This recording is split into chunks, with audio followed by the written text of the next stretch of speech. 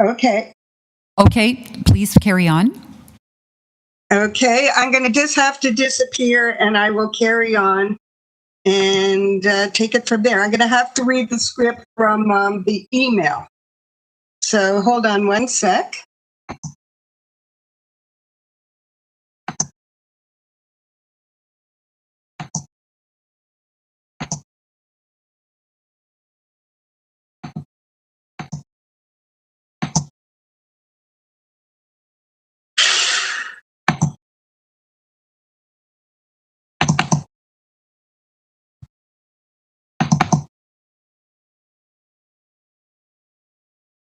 Okay, can you hear me? Yes, we can, Sandra. Could you start the meeting? Yes, I will. So here we go. Good morning, everybody. My name is Sandra Shaw, and I am the chair of the Toronto Preservation Board. The clerk has confirmed that we have quorum, so I'd like to now call meeting 19 to order. Welcome, everybody. This meeting is being held using the city's WebEx technology, with members and staff connecting by video conferencing or calling in. Because we are meeting remotely, we ask for your patience with any delays and technical issues. Members of the public can observe the meeting on YouTube. We currently have speakers who have been connected to the meeting by audio. The list of speakers can be viewed online by visiting the Toronto Preservation Board page at toronto.ca/council and clicking the speakers box for today's meeting. I would like to request that staff keep their video turned off unless they need to speak or answer questions. This will make it easier for me as chair and for those watching on YouTube to observe members as they participate in the debate on each item and during votes. If there are any visiting members of council attending the meeting today, I would like to encourage you to turn on your video so that I know that you are present and can give you the opportunity to ask questions of staff or speak. This will also assist the clerk's staff in recording member attendance for the minutes of the meeting. I also ask that all members and staff keep their microphones on mute unless you need to answer a question or speak. If any members do wish to speak on an item, please make sure your video is on and raise your hand or unmute your mic and indicate your intention to speak, and I will create a speakers list. When voting, I ask that members make sure that their video is turned on and raise your hands to indicate your vote, because I can actually see you now.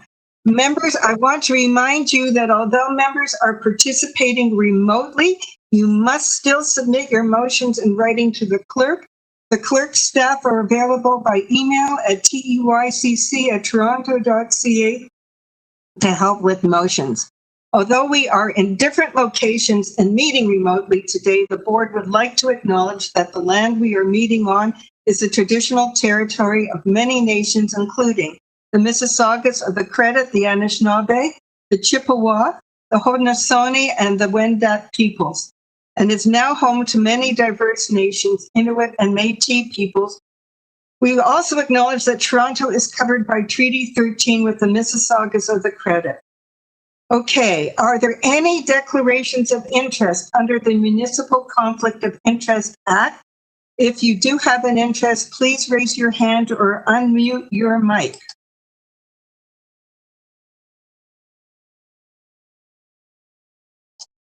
Okay, seeing none. Next, we need a motion to confirm the minutes from our last meeting on September 29th, 2020. Can I have Robert? All in favor? Okay. We will now proceed with the agenda review. The first item is PB 19.1, intention to designate under Part 4, Section 29 of the Ontario Heritage Act, 55 Lakeshore Blvd East. We have a speaker registered on this item, so I will hold it down. The second item is PB 19.2, intention to designate under Part 4, Section 29 of the Ontario Heritage Act, 100 Simcoe Street, Ward 10. Would anyone like to hold this item? If so, please raise your hand or unmute your mic to let me know. Hold. Hold, okay. The next item is PB 19.3, intention to designate under Part 4, Section 29 of the Ontario Heritage Act, an authority to enter into a heritage easement agreement, 41 Spadina Road. We have a speaker, so I will hold it down. Our next item is PB 19.4, inclusion on the City of Toronto's Heritage Register, 96 to 98 Superior Avenue and 214 Queens Avenue, intention to designate under Part 4, Section 29 of the Ontario Heritage Act, 98 Superior Avenue. I am holding it down. Our next item is PB 19.5, inclusion on the City of Toronto's Heritage Register, 188, 190, 200, 209, 210, 211, 212, 221 Berkeley Street, and 210 Ontario. There's a staff report with recommendations. Would anyone like to hold this item? If so, please raise your hand or unmute your mic to let me know.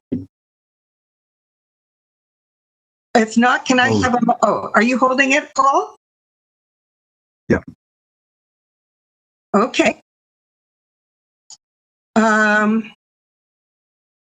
Next item is 19.6, Toronto Heritage Register update, planning study areas. There's a staff presentation. I'm holding it down. Our next item is PB 19.7, inclusion on the City of Toronto's Heritage Register, Dundas Street, West in Oronsonsville Avenue properties, Ward 4. There is a staff report with recommendations. Does anyone want to hold this down? If so, raise your hand or speak. Okay, can I have a motion to adopt? Barbara, all in favor? Any opposed? Okay, that's carried. Yahoo. Next is 19.8, inclusion on the City of Toronto's Heritage Register, properties within the West Queen West and Parkdale Main Street areas. We have speakers, so we have to hold it down. And 19.9, inclusion on the City of Toronto's Heritage Register, Ossington Avenue properties. We have speakers, so I have to hold it down. 19.10, inclusion on the City of Toronto's Heritage Register, Forest Hill Village properties. There is a staff report with recommendations. Does anyone want to hold this down? Okay, can I have a motion? Yeah. You want to hold it down, Paul? Please. Okay. 1911. Sorry, that was 1911. No, 1911 and going too fast. Inclusion on the City of Toronto's Heritage Register, King Parliament area properties. There is a staff report with recommendations. Would anyone like to hold this down? Oh my God, what's happened? Oops. Anyone holding this down? No. Can I get a motion to adopt? Barbara, all in favor? Okay, that's carried. And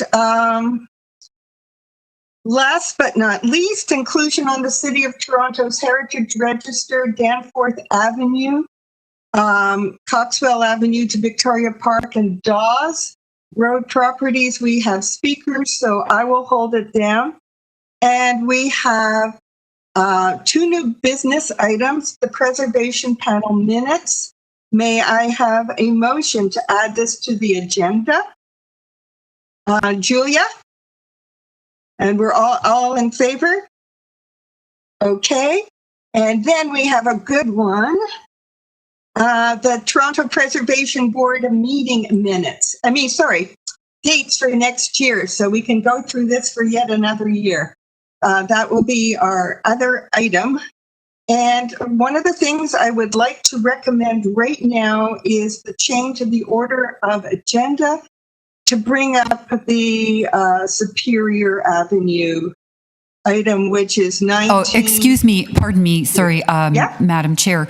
Could you move the Yeah. motion to add the dates to the agenda? And then if you Oh, want to okay. dispose of both of the items, you need a motion on each to receive, okay? Thank you. Okay, so we've already had a motion to receive the panel minutes.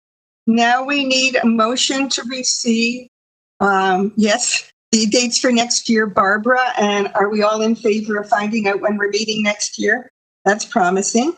Then, so we've got that adopted, and then the third thing is, can I have I'll make a motion to change the order of the meeting to start with Superior Avenue. All in favor? Okay, so let's go to Superior. And this is not a happy story. Sandra, can I make a motion to move 19.6 up as well, since it's really covering introductory stuff for the whole agenda? Okay, hold on. We could put it, yeah, because it comes before the, yeah, we could. So why don't we do that? Yes? Ellen? Sorry, it's Mary. Yeah. Just if I may, through the chair, we have organized the agenda especially in order to have that presentation just prior to all of the listing reports. So you would prefer that? I would, if it pleases you, yes. Sure. Are we all okay with that, board? It's not. Okay. So let's get to Superior Avenue, and I believe Liz is presenting, or is it Anne? Who is presenting? No. Can you hear me now? Yes. Great. Thank you, Sandra. Yeah, I am Liz McFarland. I am a heritage planner with the city's heritage planning team in policy and research. If we could have the slide deck up for this presentation. It's up? Is it up? Okay, I'm not seeing it.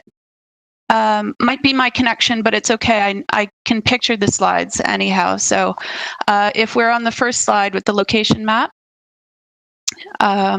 we can advance one. So that should show the aerial map and contextual view of the street. So the properties are located on the west side of Superior and Queens Avenues at the convergence of those two streets, just south of Cabell Avenue and the CN Railway. The three subject properties contain a fine, unique collection of early 20th century stone cottages in the Simcoe area. The buildings were built in 1922 to 23 for Frederick J. Davidson, a prominent scholar and esteemed University of Toronto professor, and they serve as a visual and historical link to the history of Simcoe. Actually, from its origins as a community linked to the railway, to its development and evolution as an independent municipality. The slide at right shows the cottages in their local context, which includes a number of other residential properties already included on the city's Heritage Register, including the red brick Victorian-era semi-detached homes right across the street on Cabell Avenue. Following research and evaluation, it's been determined that the properties at 96 to 98 Superior Avenue and 214 Queens Avenue meet Ontario Regulation 906, the criteria prescribed for municipal designation under Part 4, Section 29 of the Ontario Heritage Act for their design, associative, and contextual value. Next slide, please. Is that showing stonework and detailing? Yes, it is. Perfect. All three of the subject properties have. What happened?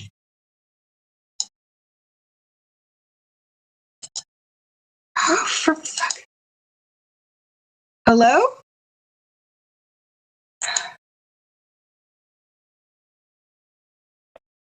I think we just got disconnected from Liz, so she'll just need to rejoin the meeting. Okay, thank you. You know, there's a full moon. That explains absolutely everything for the last 3 days.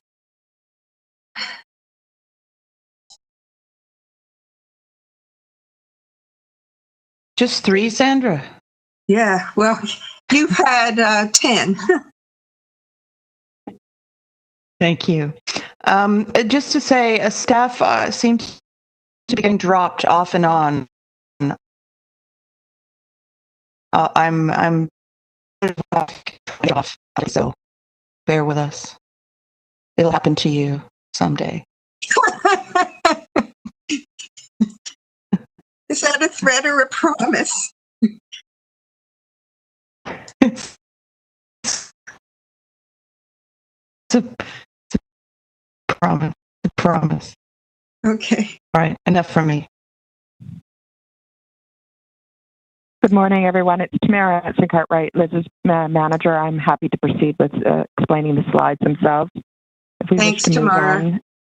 on, Alex, this is just giving a highlight of the property itself and the fine craftsmanship. We can move to the next slide, please, Alex. You can see in detail, I think, specifically, and I should say that these photos were from a month ago. And you could see, so in noting that they're current photos, there actually has been a change of status, but it indicates or explains a bit more the context of what are the 3 properties themselves, and then specifically 98 Superior. You can move to the next slide, please, Alex.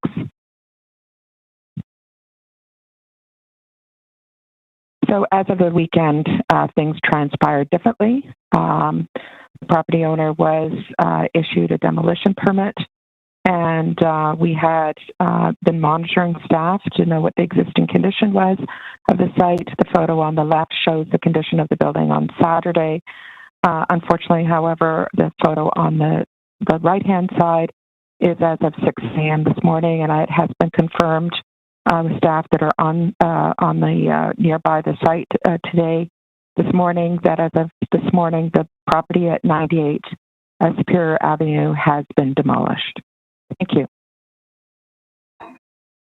Okay, so on that happy note, first of all, what I'd like to say right off the bat is I would like to thank profusely Councillor Grimes and Councillor Layton for the efforts they made over the weekend to try to save 98 Superior Avenue.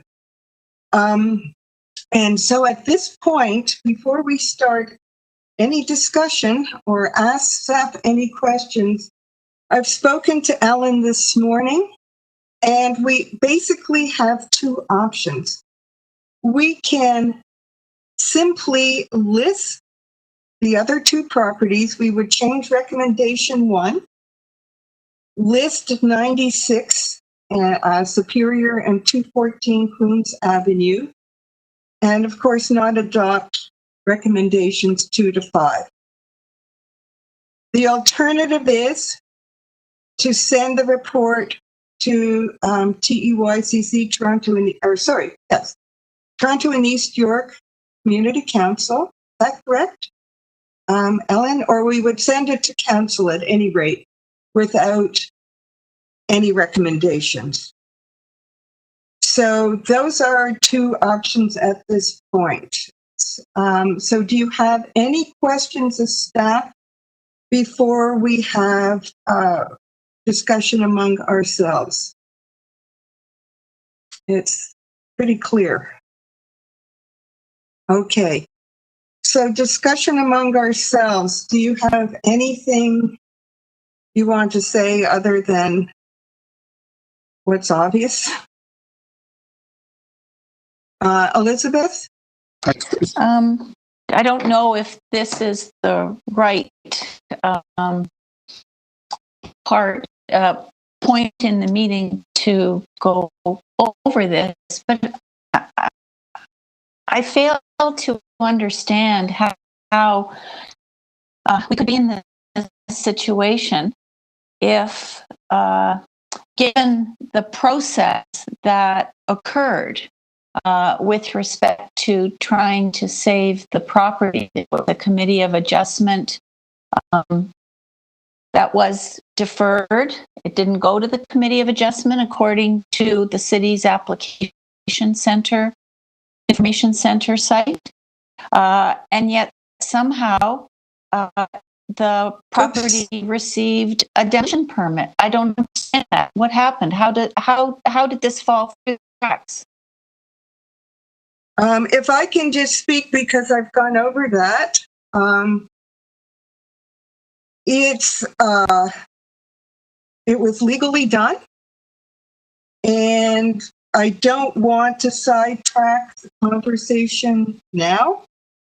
I do think it's something that has to be discussed, but it's a loophole, and I just think that it's one that in the future will have to be filled. But it's a conversation offline, but it was unfortunately it was legal. Jeff? In terms of the agenda, I think we should Thank you. take the two options that you had proposed. Jeff, you're now I think coming we on should double. go with We should go regarding with the options. yes. The two options that you had proposed, I would suggest we go with the first one, which would be continuing with listing of the two properties, and we simply omit the third property since it's no longer a relevant issue. Okay. Any other comments, Paul? Paul Cordingley had his hand up. Yep. Yes, just as a point of clarification, I've heard several times Toronto East York Community Council. This is within the Etobicoke York Community Council domain, I believe. Etobicoke York, sorry, yes. Yeah, Yes, it is. I'm sorry. That's why I hesitated. Okay, and I have to. I feel I have to comment. One of the members of our panel had been spending a lot of time and effort researching this property, and we really believe there was time to deal with it. So I just want to express, I think we're heartbroken about the outcome, and I do hope we find a way that this doesn't happen again. I think we all do, Paul, and I appreciate your sentiments. I just wanted to weep this morning. I saw the email, went out for a walk, and that's why I sound quasi-copus mentis. I feel like it's a death. It's not great. Any other comments before we adopt partial? Okay, so what I'd like to do then is, Ellen, I would like to make a motion. Ellen, is that correct? I make a motion to recommend. Yes, we'll just get that up for you right now. Just give us 1 minute. Okay, thank you. Thank you.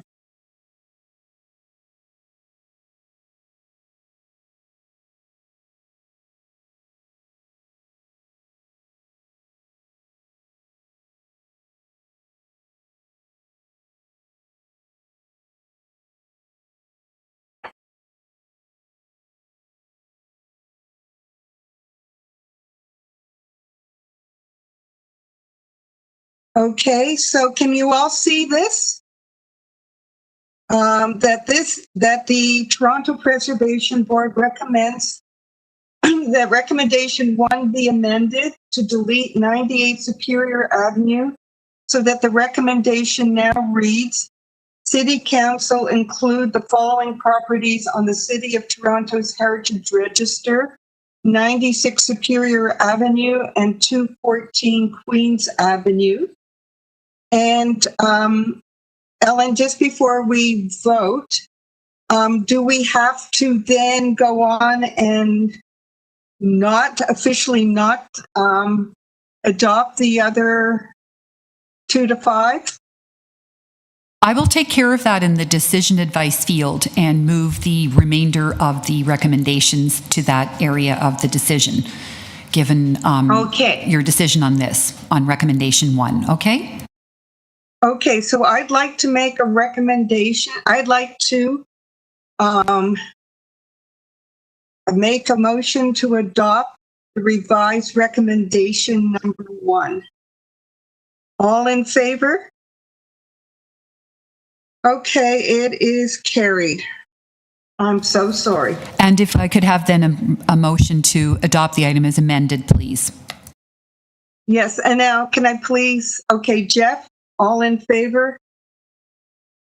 It's carried.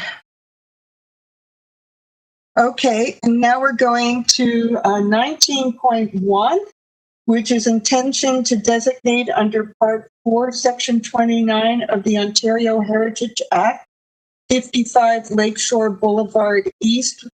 And who is presenting on a part of staff? That will be me. It's Larissa. Can everyone hear me? Yep. Perfect. Hi, Larissa. Hi. I'll just wait for my colleague Alex to put the presentation up. Okay.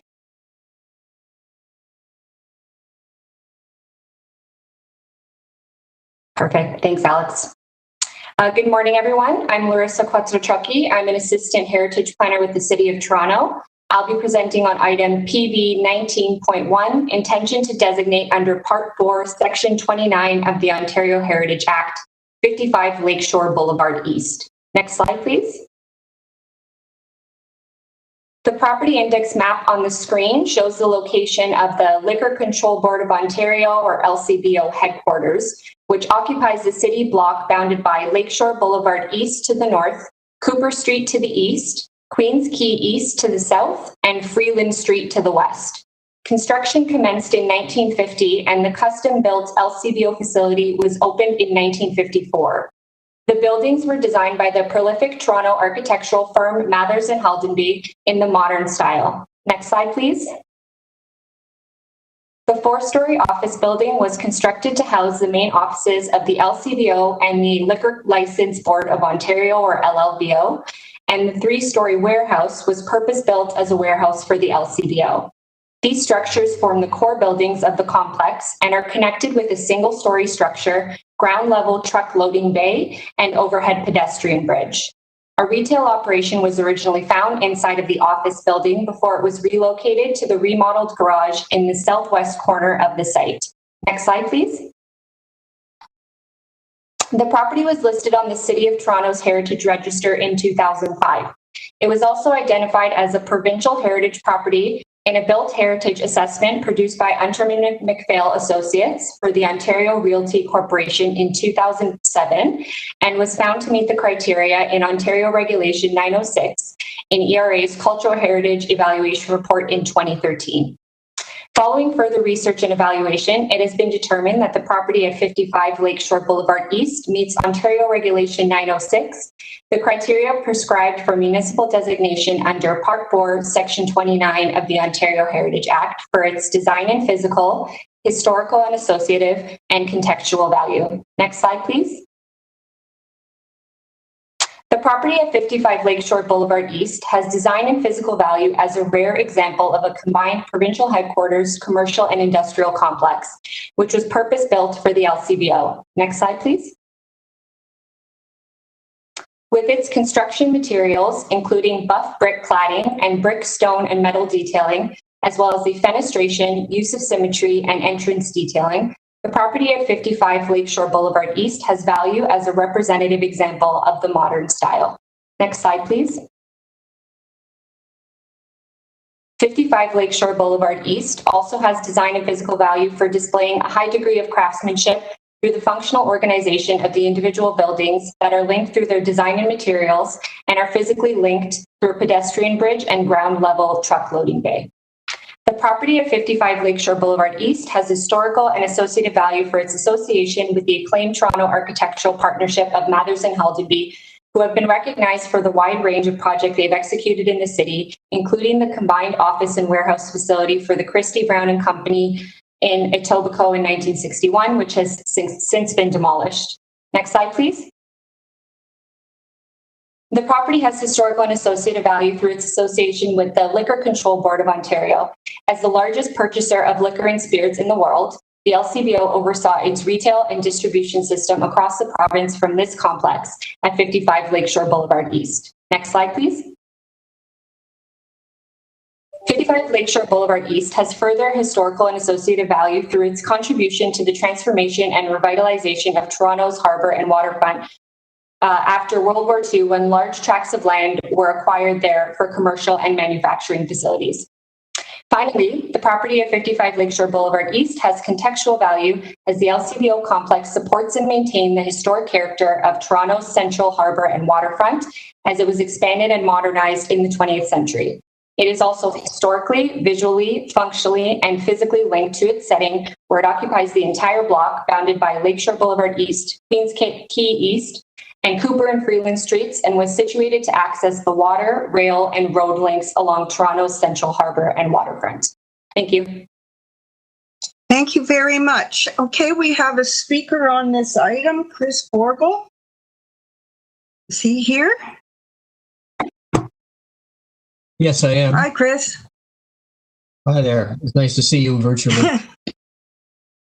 To better times.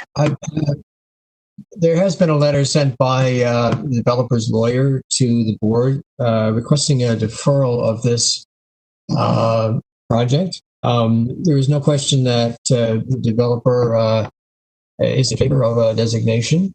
The issues are the project has been moving along since roughly 2016, and there have been a number of meetings and discussions with the city and the design review panel to suggest alterations to the proposals for the site. And these discussions are still ongoing up to recent comments from Heritage Preservation Services dated 23rd of October 2020. The site has been described well by Larissa, and I don't think I need to elaborate, but briefly, the 11-acre site includes the warehouse, 1/3 of which will be demolished as a result of the extension of Harbor Street. So that's a significant intervention on the building. And in addition, the program for the warehouse building includes a school and a daycare. And what the developer is grappling with in those terms is the requirements for instance, schools for a certain amount of window area, as well as the daycare for window area, and for specific configurations that are having it's a difficult planning process to integrate all of this, including the path and so on and so forth, to get the development working on all levels. And so the request for the deferral is to allow this process to happen, which would, of course, fully involve Heritage Preservation Services to discuss fine-tuning of this development and to come to a conclusion prior to a designation being applied. At that point, once that has been concluded, we would suggest that it would be an appropriate time for the designation to be instituted. So I'll pass it back to you. And if you have any questions, of course, I'd be happy to answer them. Okay, are there any questions of Mr. Borgle?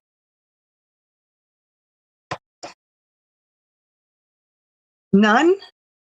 Okay, thank you, Chris. Okay, questions of Larissa? Robert? You're muted.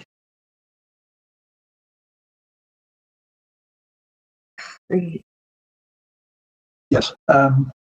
Presumably, the question of the development of this site is not before us today. That we're it's just the designation. I'm sorry? It's just the designation. The development isn't even final. So the reason for deferral seems to me it does not concern us at this point. I would tend to agree, Larissa. through the chair, is dealing with the heritage value, and I'll deal with the questions of development. Also, Joe Muller may help. So it is you'll see in the, well, you won't see. It's a bit of a complicated situation in that slightly more complicated than Chris indicated in terms of the status. There was a settlement hearing, a settlement for the redevelopment of this site, a rezoning, which was approved by the tribunal. I believe it might have been OMB at the time. And at the time, staff actually wanted to designate them, but some of the details weren't available, the actual alterations, and so we. Okay, you keep dying in and out. Stay still. Sandra? Yeah, you've been dying in and out, so you have to stay still. I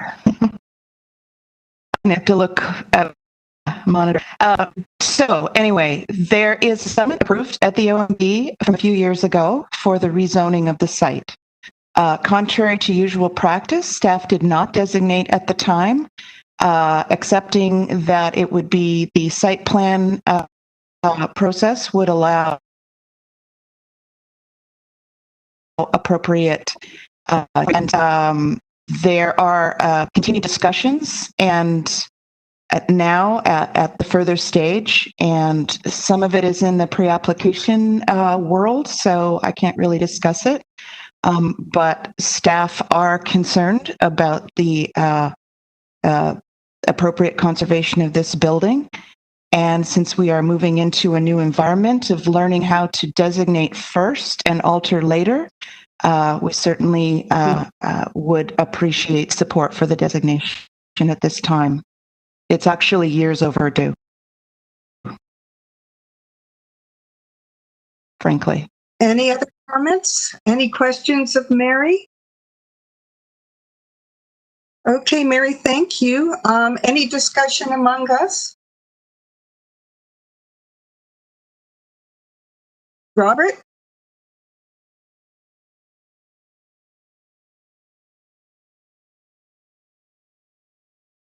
Robert? You're Yeah, sorry. there you go.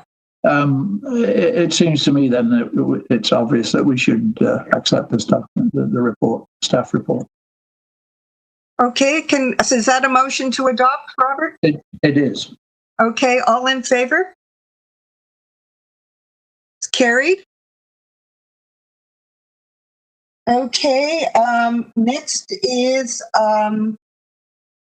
41 Spadina, which is wonderful. And who's presenting on behalf of staff, please?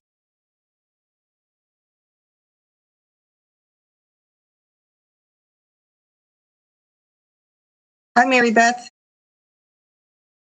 Oops. Oh. Hi, can you hear me? Yes, we can hear you and we can see the presentation. It's a double hitter. Lovely, thank you. Good morning, my name is Mary Beth McTagg and I'm a heritage planner with the City of Toronto. I'm here to present the report in item 19.3, which recommends that City Council state its intention to designate the listed heritage property at 41 Spadina Road, containing the Spadina Gardens apartment building, under Part 4, Section 29 of the Ontario Heritage Act for its cultural heritage value. These images, next please. These images provide an indication of the location of Spadina Gardens, its footprint and massing. Next please. Spadina Gardens is part of the, it's located within the West Annex Heritage Conservation Phase 2 study area. It was listed in 1979 and was originally constructed in 1905-6 by Alfred and James Hawes to the design of architect A.R. Dennison. Next, please.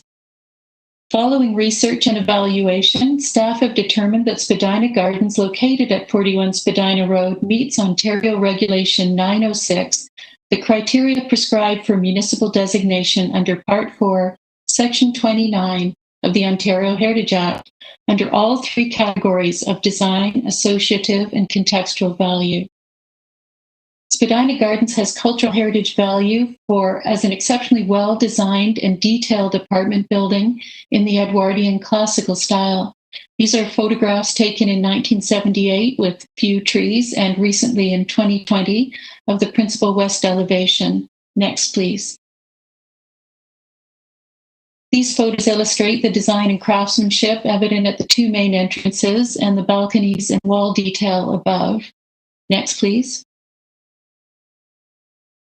These images show the fine Edwardian classical details of the building and the generously proportioned east-facing courtyards. Next, please. The design value includes the interior layouts, which provided an enduring alternative to the single-family house. The ground floor plan seen here of 4 units shows the careful separation of public and private spaces, the generous entry hall and courtyards providing ample access to light and air. Next, please. These are some of the original interior elements of the interior, including the pocket doors between the hall and dining room and living room, which allowed a flexible modification of the interior, anticipating the open plan. Constructed in 1905-6, Spadina Gardens represents the historically significant introduction of a new housing type to Toronto, which responded to increasing social need for rental housing for a more inclusive range of householder. It is one of the earliest surviving and intact examples of a Toronto apartment building.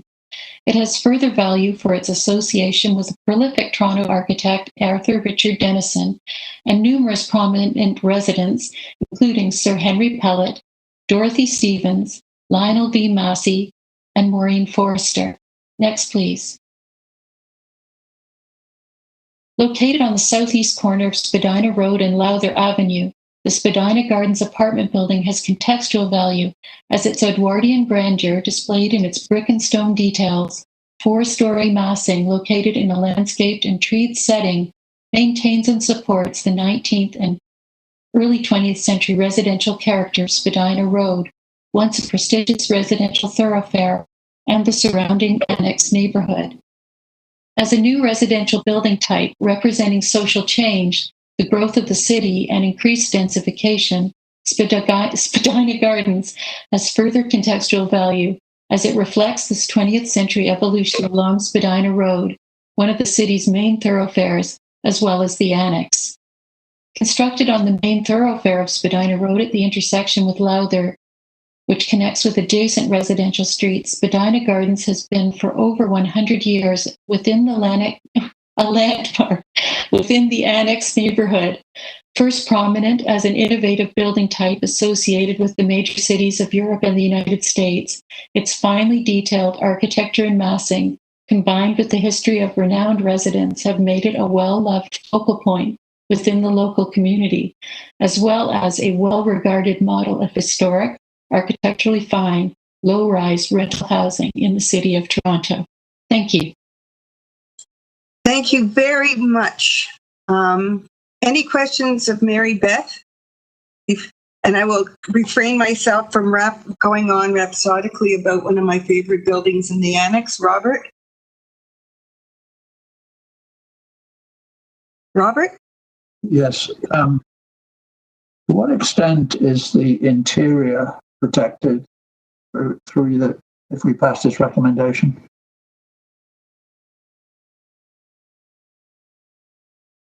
Mary Beth?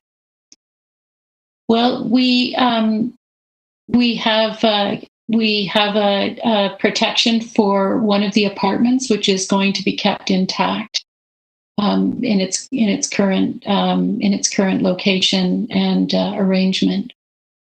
And items such as the pocket doors and the fireplaces in that apartment will also be protected.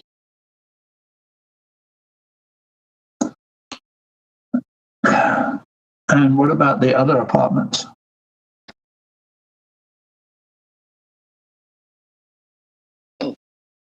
We have, we don't have it. The other apartments have not been designated for their interior layouts. at this time. We only have protection for the one apartment. Sorry, it's Tamara. I'm just clarifying it. We have a general protection of all layouts. We don't have the specificity of the details, of the architectural details, but the layouts are understood to be for the entire building. Mm-hmm. I see. Okay. I just realized I've done two bad things. But the first bad thing I did related to this was I should have let Phil Evans speak before Mary Beth. But just quickly, are there any other questions of Mary Beth? And then I'll go to, I will get it together after this item. I'm just so upset about Superior still. Any other questions of Mary Beth? Okay, so can we go to Philip and then we'll have the discussion amongst us after we ask Philip any questions you may have, and then we'll vote. Is Phil there, Phil Evans? After all. Oh, can everyone hear me now? Testing. Can everyone hear me? Perfect. So thanks so much. I'll keep this brief. I just wanted to say on behalf of the owners at ProInco and Danny Land Spadina, we are in support of this designation. The owners understand the value of this building, certainly in their portfolio, and acknowledge and respect the value that the good work amongst the larger stakeholder group, including the city, Mary Beth, Tamara, and residents, have all contributed to this pretty collaborative process. And in an effort to describe and articulate what those values of the site are, I think the willingness of the owners to undertake this process actually allows for some really important conversations that are playing out in the cultural heritage community at this moment, just in terms of what it is to have multiple perspectives to inform and identify value, of the site and its objectives for future conversations and conservation. So I think this is a really great example of what participatory collaboration looks like, and we're really encouraged by these efforts. Other examples through the cultural heritage evaluation reports. We think that this is the kind of effort that everyone wants to see in terms of early dialogue amongst all the stakeholders. So thank you on behalf of the owners, and I'm happy to answer any questions. But thanks so much, everyone, for your hard work. Are there any questions of Phil? Yes, Jeff? Just curious about the identification of one of the units for special treatment in terms of designation of the interior condition, interior layout, interior attributes. Is there any story to that you can tell us? I mean, obviously that's unusual, right? In terms of heritage, mostly we are restricted to the outside of a building, and in this special case, we're designating interior. Is there any story about this that you can tell us? Yeah, admittedly, it's quite rare, Jeff, that we see designations include interior features. In this case, I'll say, and I think it's further to Mary Beth's comment and Tamara's comment, the layouts of these units are really at the core of what's of value on the site, as a kind of arrangement of rooms on one single floor, very large units. That arrangement with access to light is very unique of this period, of this time. It was, Jeff, probably quite controversial, as we kind of understand and can pull from the stories back in the day. The unit that's being articulated in some detail is a unit that is relatively untouched and has many of those features intact throughout the rest of the building. Some features exist here and there, kind of thing, but in that unit, they're actually still intact, and it was actually Sir Henry Pellet's unit, which is pretty cool.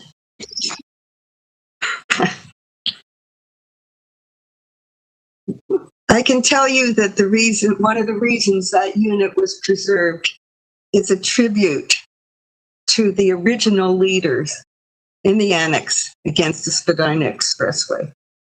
And they don't become modest or meek or softer spoken over the years. Well said. Agreed. She's a hero of mine. Excellent. Yeah.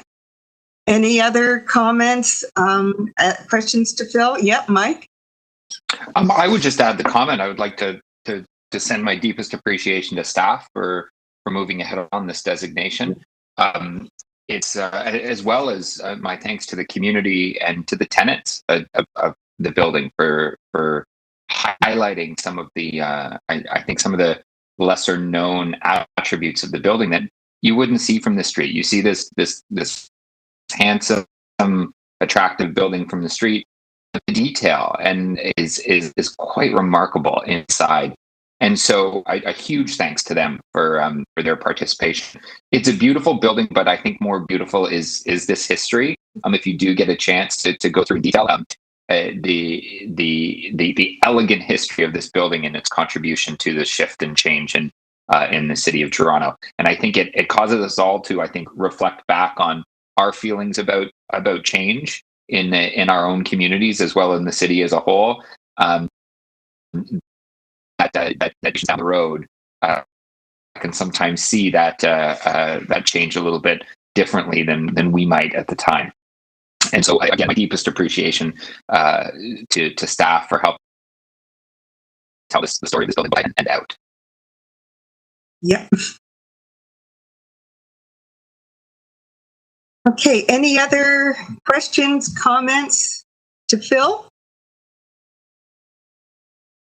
Okay, thank you very much. Any discussion among us before adopting a motion? No? Okay, can I have a motion to adopt? All in favor? Ellen Julia, I think, had her hand up marginally faster than everyone else's. Sorry, just to clarify, Julia moved the motion? Yeah, Julia moved the motion and we've adopted it. It's fun having one that's so easy to adopt. It goes very fast. It's my happy place in this meeting.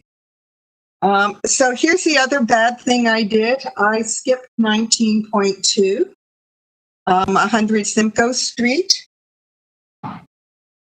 because I was looking at my speakers list instead of my items list. And so who is presenting on behalf of staff?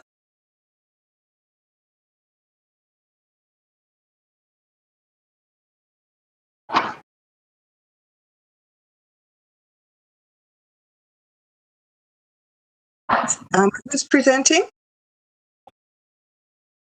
Good morning, Chair. It's Tamara Cartwright. Liz McFarlane will be presenting on 100 Simcoe. To see if she has technology issues again. Okay.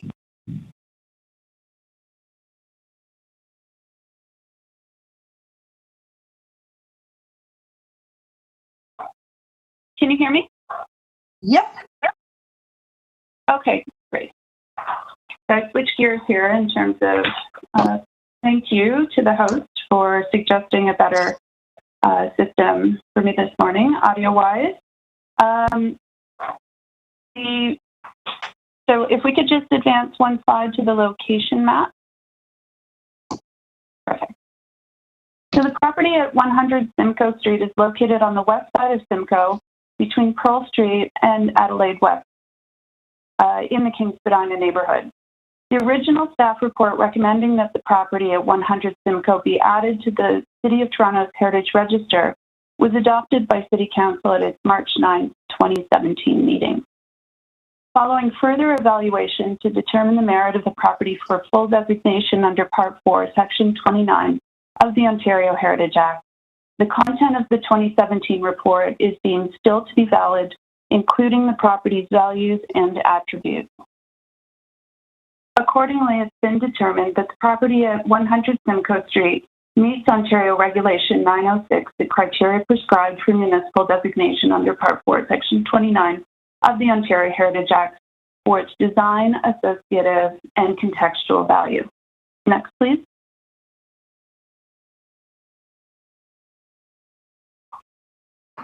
The property at 100 Simcoe Street is valued as an early 20th century industrial complex with Edwardian classical styling that is historically linked to the development, evolution, and regeneration of the King Spadina neighborhood, as well as to noted Toronto architects G.W. Gwynlock and Sprouton Rolfe and companies connected with graphic arts and design and the bookbinding and stationery industries. While the Rolfe and Clark Limited Building Complex was enlarged in the late 20th century, the property at 100 Simcoe Street retains its integrity and embodies its cultural heritage values and attributes. Next, please. The following slides of archival images show the historic form and context of the property at 100 Simcoe Street, which supports the unique character of King Spadina, where in its setting with the neighboring heritage buildings on King, Adelaide, Duncan, and Pearl Streets, it anchors the east end of the area. Next, please. Here we're showing a 1936 archival photograph that demonstrates or shows the building during its 40-plus year occupancy at 100 Simcoe by the Brown Brothers Limited Company. Next slide.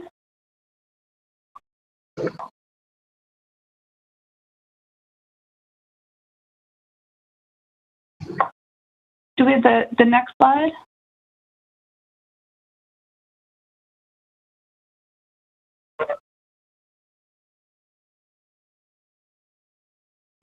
Let me see.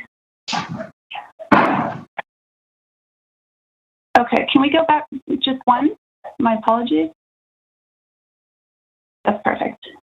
So this archival set of archival photographs just showing the building without its deep roof, cornice, and brackets. They've been removed around that time. These pictures were taken in 1973. Next slide. And this photograph taken in 1988 and showing the addition of the complementary fifth story at the top of the building. It's recommended that City Council state its intention to designate the property at 100 Simcoe Street under Part 4, Section 29 of the Ontario Heritage Act, in accordance with the Statement of Significance attached to Attachment 3 to the November 9, 2020 report from the Senior Manager, Heritage Planning, City Planning Division. Thank you.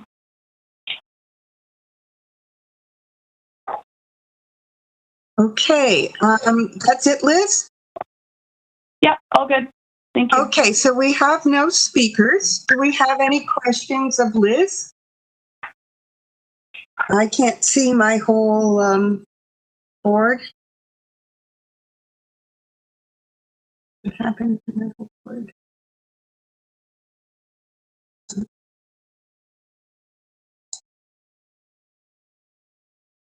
Alex, could you take down the presentation, please? Thank you.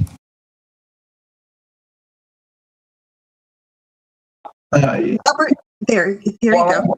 What I'm wondering is what is the future of this building? And therefore, what is actually being protected? Is it 4 walls of the building? Or is it more?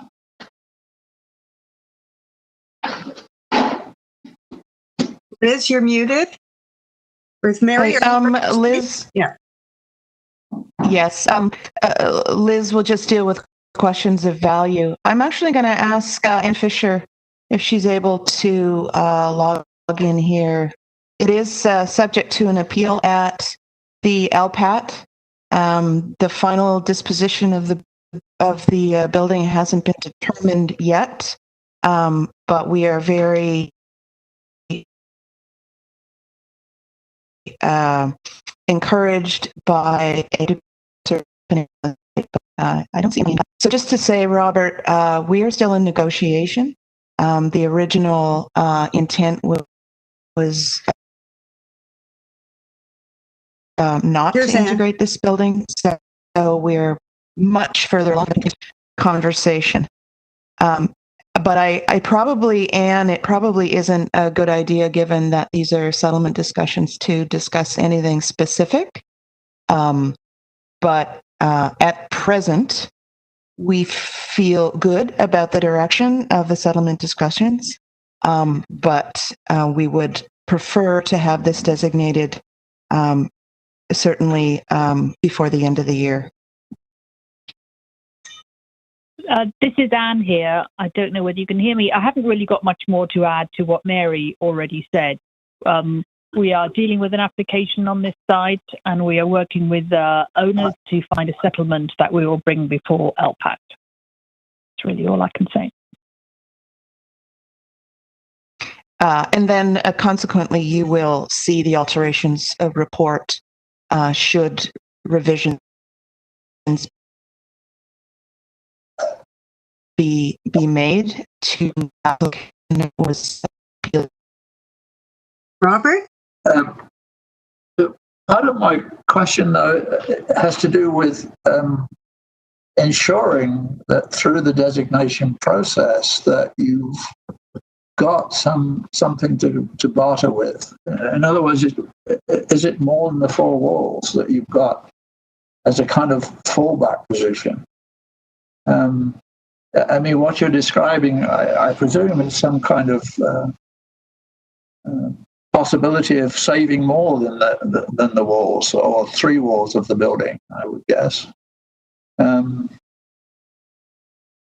Could the designation go further?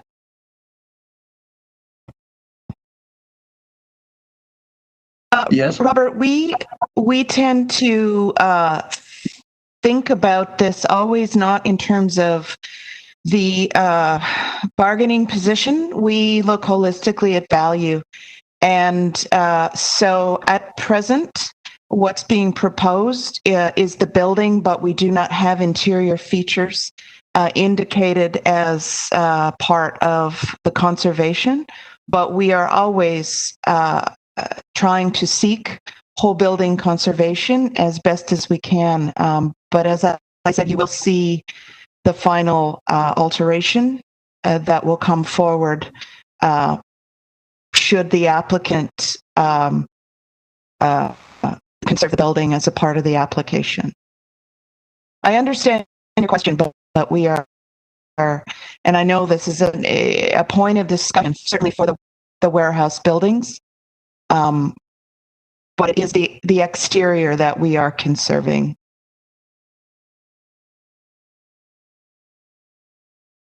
Well, I'm wondering why you can't conserve more, and why you can't designate more. Either its structure or it's a fundamental building type, which is more than the four walls. Yeah, designating interiors is very, very complicated. But I will note that in the King Spadina HCD, we do have affirmation of whole building conservation within the district plan. So we are hoping once the plan gets adopted, once we get out the other end of the appeals process, that we will have a more holistic approach to these buildings.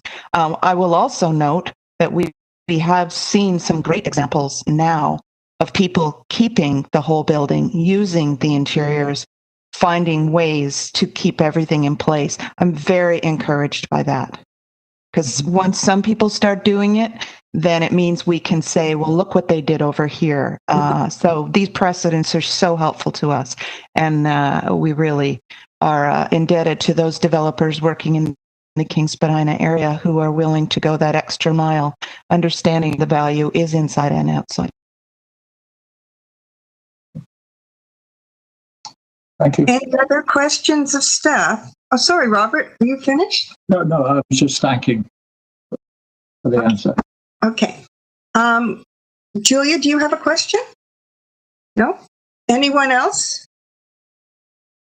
Okay, discussion among ourselves. Any comments? Okay, can I have a motion to adopt? Elizabeth, all in favor? It's done. It's carried, Ellen, with Elizabeth moving the motion.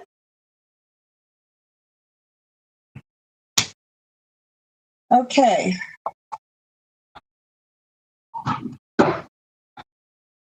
Oops, lost my place. Okay, oh God. Hold on, I'm sorry. This is just disappeared. 19.5 would be next, Madam Chair. Yes, I know that. I just, I can't bear this. It's just disappeared from my screen. Can you just tell us again what 19.5 is, Ellen? It's the Berkeley Street properties, I believe. Yes. Okay. Where has it gone? I'm sorry. Just give me 1 second.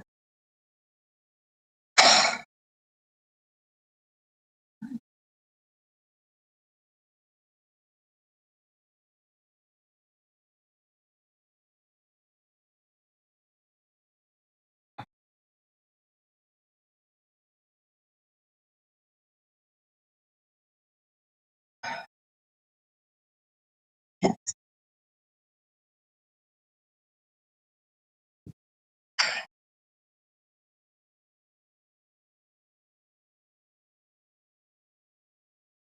I just have to pull it up again. It's just ready to scream.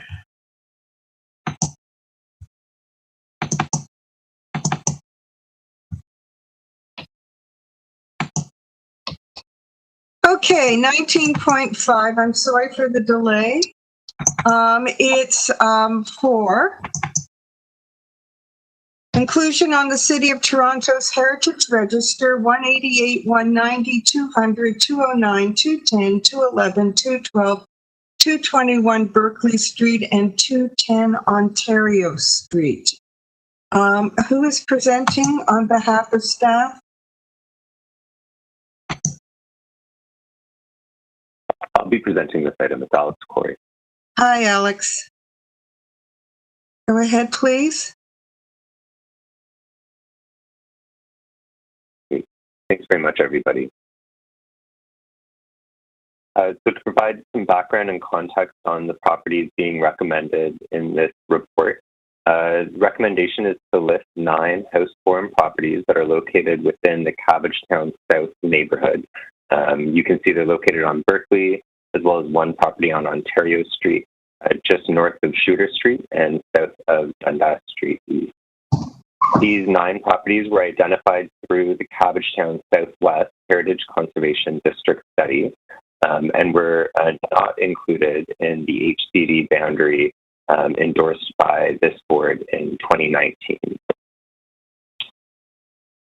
You can see here on the map on the right of the screen, the dashed line shows the extent of the boundary of the Cabbagetown Southwest HCD study.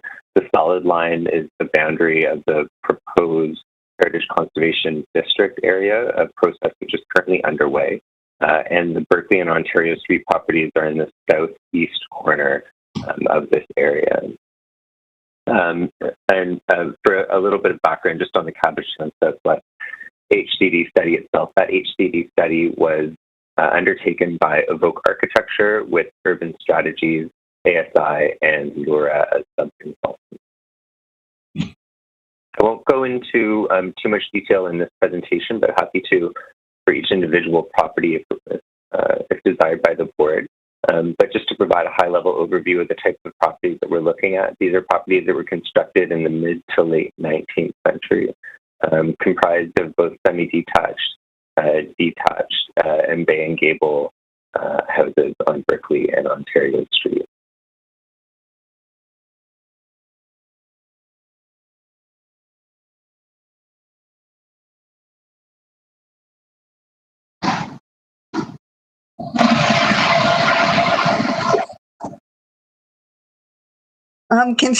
Can people please mute? Next, Alex, is that it? That's the extent of this presentation, yeah. Okay, there are no speakers on this item. Does anyone have any questions for Alex, please?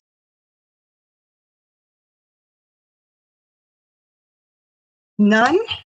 Okay, I can see no questions for Alex.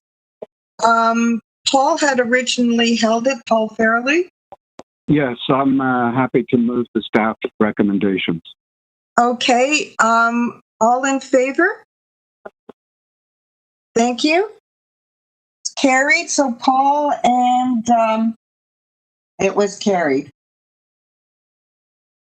So item number 6 is our next super good news story, and I believe Tamara is presenting, and that is the presentation on all of the multiple listings that are coming up, the planning report, and the council decisions on, the planning reports. It's an update on the Heritage Register. Good morning, Chair. It's Tamara Cartwright, Program Manager in Policy and Research. Alex Corey, Senior Heritage Planner, and myself will give a 15-minute presentation to set the context and background of the various multiple listing reports that are coming forward following this item. Alex, if you could advance the next slide, please. The question around why are we doing this now? As you will recall, board members, that last year in 2019, City Council mandated City Planning to launch the Toronto Heritage Survey. To make a priority of that was to deal with the backlog and to be proactive in identifying heritage properties through a contextual approach, which will give more detail. I can also just say and cite that all of our work is grounded in not only the provincial policy, the policy statement itself, but also under the Ontario Heritage Act, and specifically as the official plan of Toronto. Next slide, please. So we ask ourselves, what is the Council's direction? This was a 1 year, a year-long strategic process to align the register with our previous work. In particular, this is the various planning studies. And in addition to that, we wanted to make sure that any of the work that was done in the last 5 years within these planning studies was also evaluated to ensure that they met one or more of the provincial criteria under Regulation 906 under the Ontario Heritage Act. We feel that this is a transparent process which creates efficiency and clarity. We consulted with the industry, the Build representatives, the Toronto chapter, as well as various property owners during the planning study itself, and we feel that in all our work, the most important piece for it has been with the objective of giving clarity and understanding what is the status of these properties if adopted and added to the register. A property owner or the community can search online at 24/7. It also helps us to streamline the development review process and specifically anticipating the changes to the Ontario Heritage Act whenever the province proclaims them in 2021. Next slide, please. I won't get into the details, but just to say that the two staff reports that really were critical for us in guiding our work that we've been doing was a seminal piece of work that we did in 2017. It was a policy review to look at our policies. It wasn't actually a review of policies. It was just how would we implement those policies. And I think in particular, we felt that, and you'll see in the staff's reports, we needed to find some way to move in a systemic approach rather than one planning study do it this way and one planning study do it another way. And we had the opportunity of engaging a highly respected heritage consultant, Dan Schneider, former senior policy advisor for the province, who was the lead civil servant on the amendments to the Heritage Act 15 years ago. And this resulted in our initial project that we did and report to council in 2017 associated with our backlog and also how would we see ourselves moving forward on the Heritage Register. Again, I won't speak specifically to the citywide feasibility study, but at any point we could talk to it.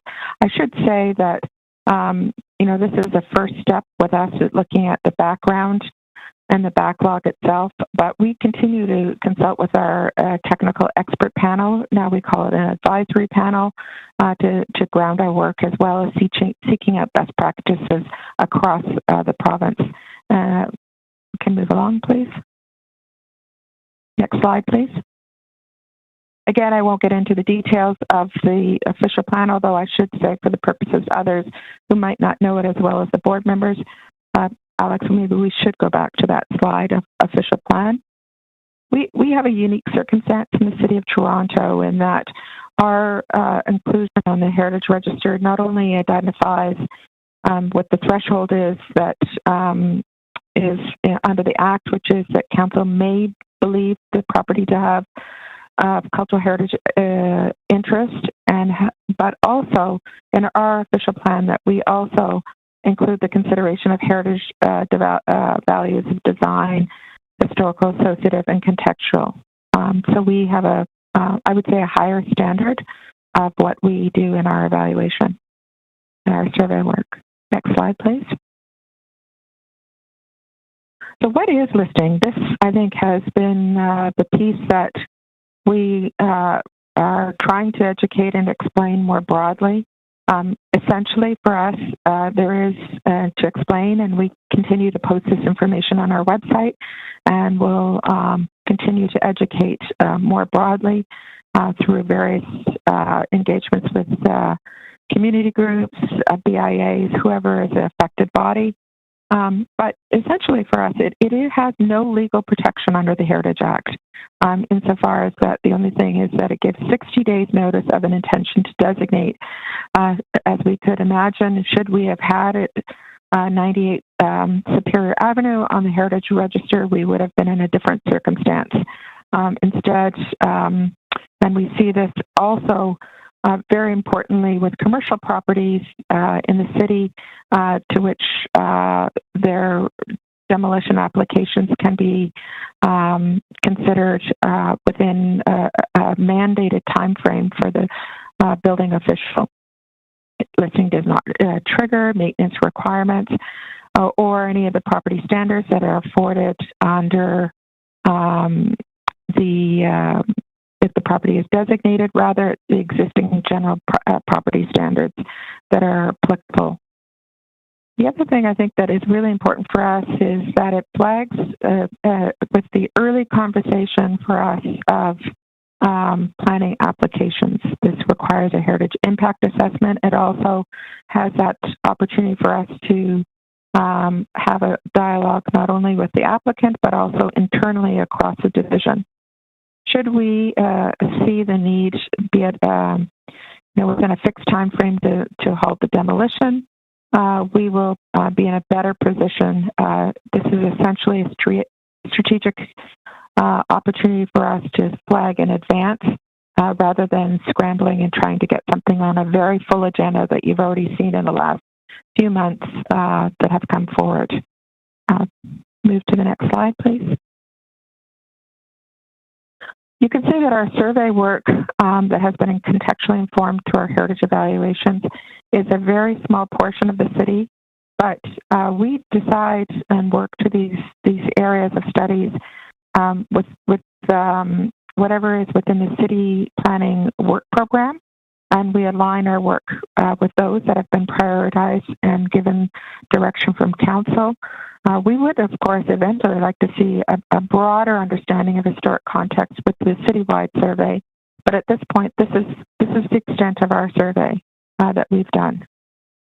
Next slide, please. And finally, as I said or I alluded to, how we've been using this contextually informed approach. You've seen it a bit coming forward, whether it be Midtown in Focus, our King Spadina work, certainly you've seen it with our College Street study, Broadview Avenue, and the work that we did last year on Don Mills Crossing and Laird in Focus.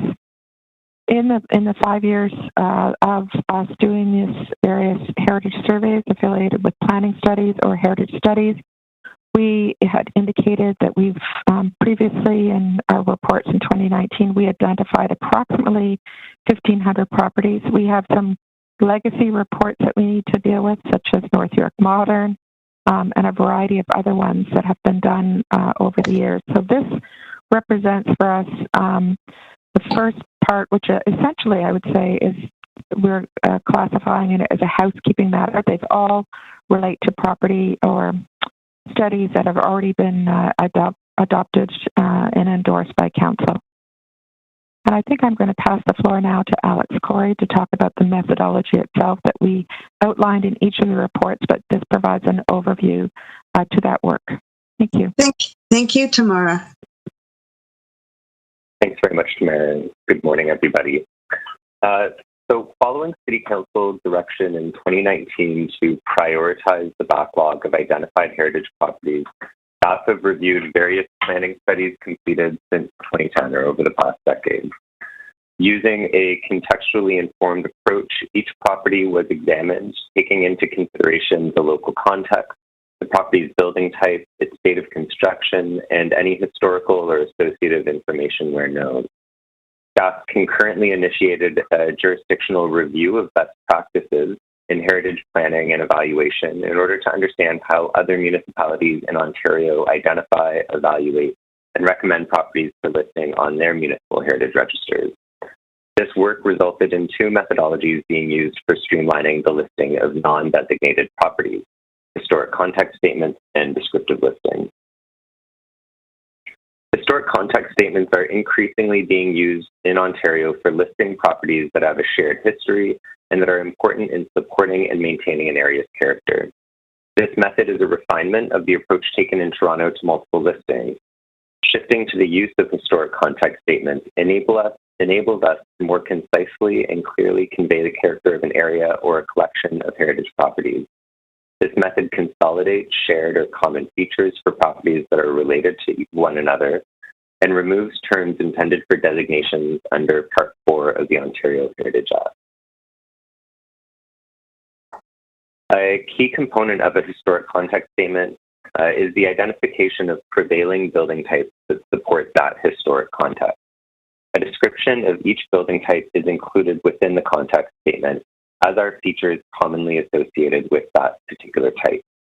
When evaluating each property for inclusion on the Heritage Register, a key consideration is the property's building type and whether the individual property supports and maintains the historic context. Evaluation may also include consideration of the property's design, physical, historic, and associative features where known as well. The second methodology being used are descriptive listings.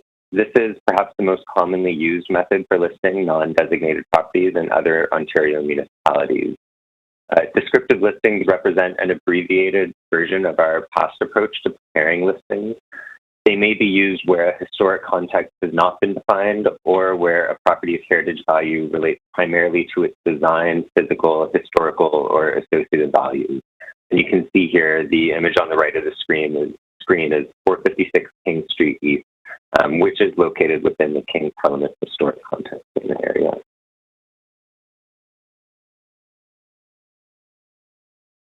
majority of the 963 properties being recommended for inclusion today were identified as having cultural heritage value or interest through a related planning study completed over the last 8 years. As part of staff review of each area and confirmation of the historic context statement, there have been a small number of properties added and removed since the completion of these studies. Through the course of each of these planning studies, significant efforts were made to inform and engage local communities and property owners. Each study was brought forward and adopted by Community Council and City Council. Over the past year, additional engagement activities have included meetings with the Toronto chapter of the Building Industry and Land Development Association, or BUILD, the Ministry of Heritage, Sport, Tourism and Cultural Industries, the Toronto Heritage Survey Advisory Panel, as well as divisional colleagues within the City of Toronto. The reports that have been brought forward to the board today recommend properties identified through 6 planning studies.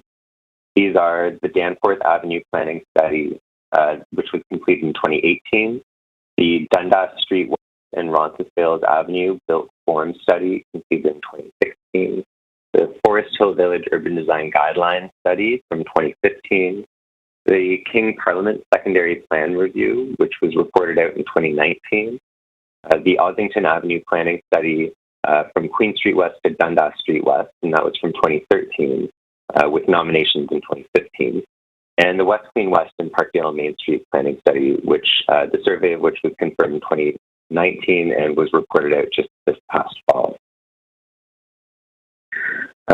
Just a note to board members, as each report is brought forward, I'll be providing the board with a high-level overview of the report and a summary of the area's historic context statement using the slides included in the second half of the presentation circulated to board members. So,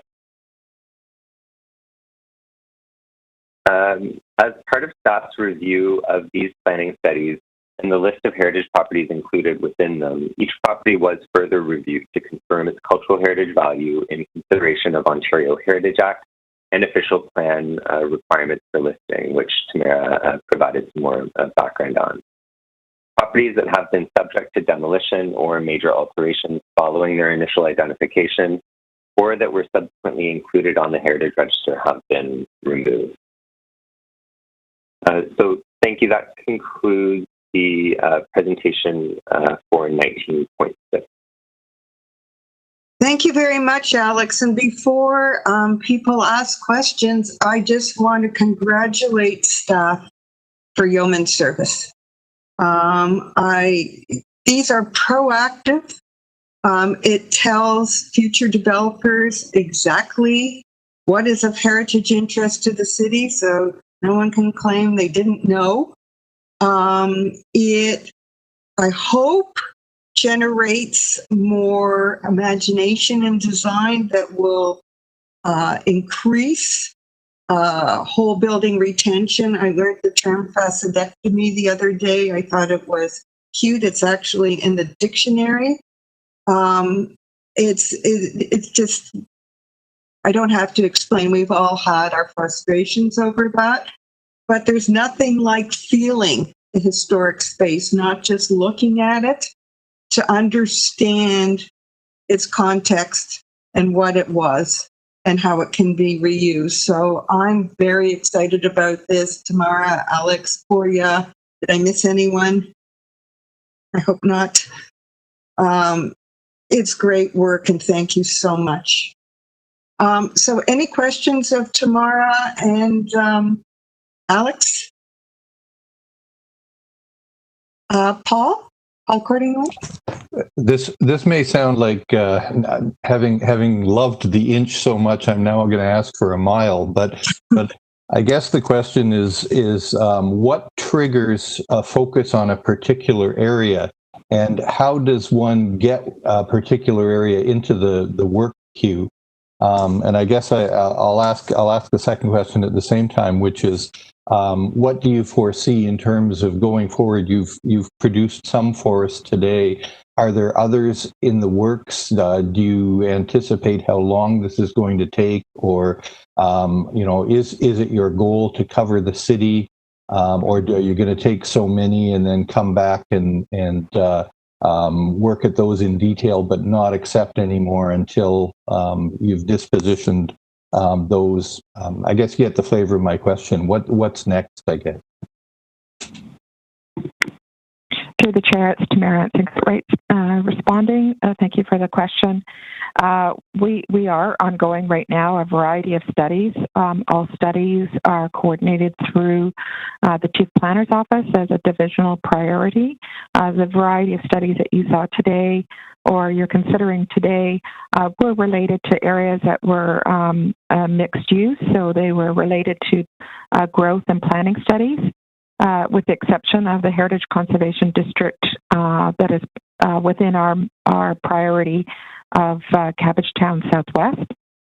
I can say that we can certainly share to the board for information the city study work program, what was adopted in the past. I should note that I don't think I need to remind everyone that this year has been an extraordinary year of trying to find alternative solutions for virtual consultation. That said, the team is currently underway in a variety of studies, including Mount Dennis is a very important one. We have another study that's ongoing, which is on phase 2 of Danforth Avenue. We have some preliminary work on our work around Bloor, Yorkville. There's a variety of ones that I could speak to. You'll see it as one of the new items in January is Bloor West Village. We're concluding the work on the Heritage Conservation District study, and we're, of course, very active in our other Heritage Conservation Districts of West Queen West, Parkdale, and Kensington Market. And a remarkable study that's just, if you're watching any of the work for Broadway of City Planning, is the extraordinary undertaking of a project around Jane Finch. So we're following and supporting and collaborating with our colleagues across the city and the sections of it. What we are not doing at this time, I would say, is looking at typologies. There had been questions or comments about, so what about schools? What about places of worship across the city? And I would say that work is the future work of a citywide program. We're continuing to focus on our areas of area studies, and at this point we anticipate launching 2 new studies in 2021, which relate to the Junction as well as Liberty Village. And I've run out of breath to tell you anymore. If I could just ask one other detail, is it some of the studies you listed? I know we're on the work program towards heritage conservation districts. Is it a linkage that if you undertake a study of an area, that's where you're heading, or can this approach be used without any expectation that all the work of a full district study go ahead, so that at least you get the properties listed without necessarily thinking you're going to do a more intensive study, in which I realize there's a limit to how much you can take on?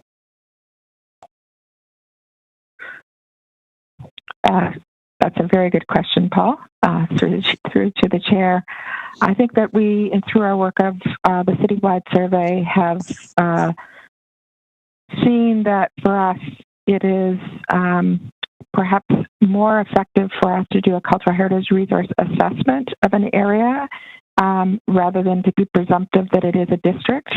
That said, we still have a current commitment of doing heritage districts, conservation districts, so it's a balance of both. But I would say that in the work of assessment, it's far more helpful not to have a predetermined outcome, but rather let the analysis show where is the area of concentration. An example would be, for us, was in the town and focus around Yonge and Eglinton. There was no direction for us to consider Glebe Manor as a district, but through our analysis, this was an area that was recommended by the consultants and put forward for council. So it sort of came as a evidence after the fact. but it can come from both ways. But I would say that certainly for us, when I started at the city 5 years ago, the majority of our work was around heritage districts. Now, with an integration across city planning and the study work program, I would say it's double our work is dealing with cultural heritage resources so that we can inform and guide built form studies and to have the opportunity to integrate that within urban design guidelines. An example might be, for example, of Danforth Avenue study for phase 1. Through that analysis, and you'll see that report, we've determined and we're able to understand the existing condition of those buildings and the area broadly in the area, not just building by building. And the number of properties, we'll get to that report itself, but it was, in the end, really what was remarkable was that we saw that there was heritage. Perhaps only 20 to less than 25% of the street wall frontage is heritage, so it allowed for growth and development more broadly on the 75% of the rest of the street wall or the frontage along the street. But it also just said that our planning studies and policies can have consideration for those heritage buildings themselves. And I think I've taken too much time to answer that question, but we'll have more updates more broadly in 21 about our heritage survey work. Thank you. Thanks very much. Any other questions for Tamara? Yes, Kim?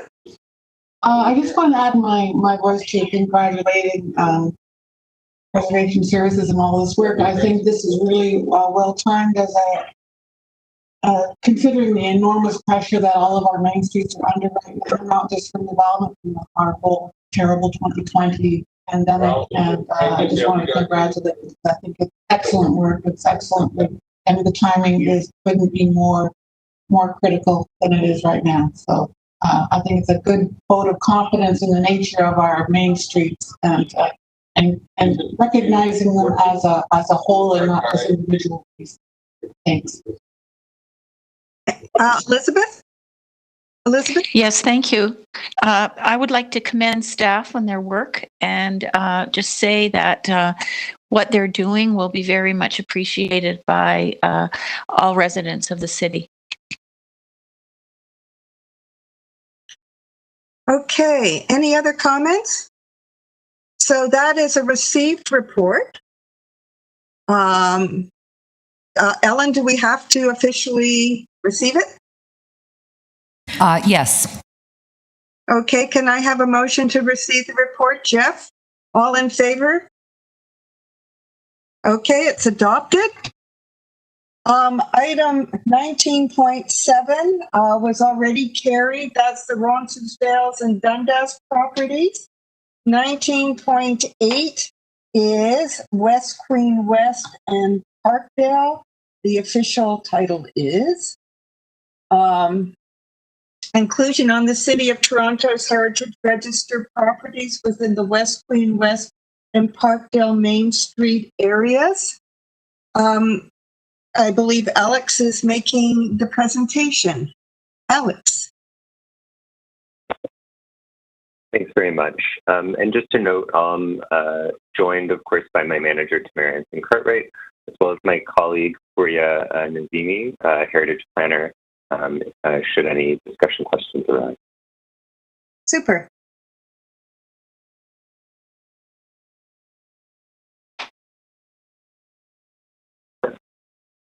So the properties being recommended for inclusion within the West Queen West and Parkdale Main Street areas were first surveyed and reported to Council through Official Plan Amendment 445, West Queen West and Parkdale Main Street areas in 2020.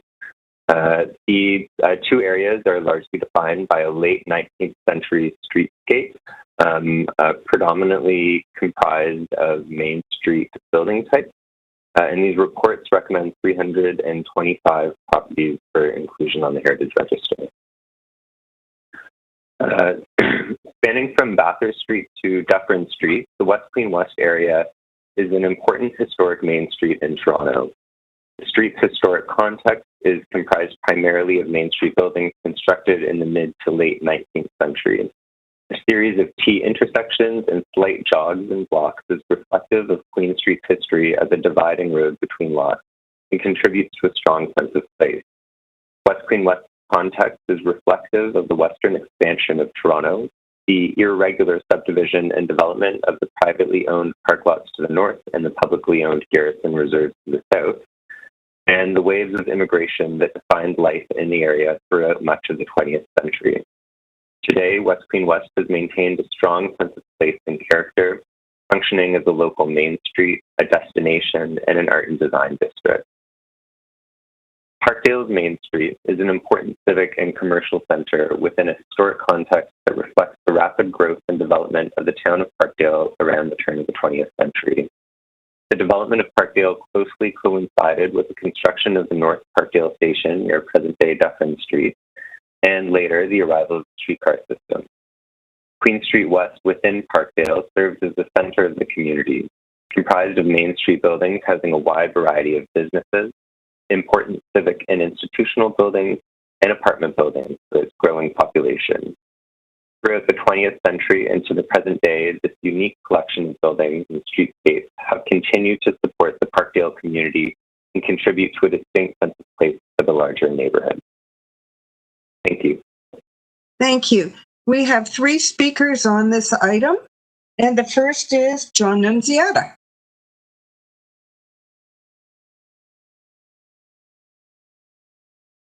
Is he there? He will not be speaking today. Okay, what about Fred Dominelli? Neither will he. And what about Andrea Sakura?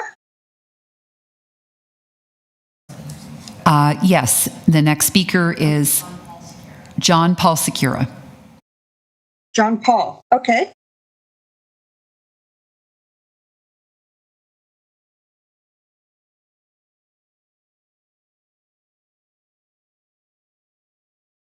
I believe he's on the line and he is unmuted. So you can go ahead when you wish then, Madam Chair. Sure. Yeah, just waiting.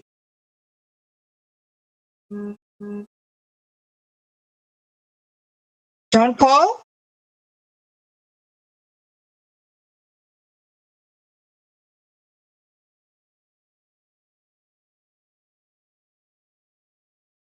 I'm sorry, what's happened?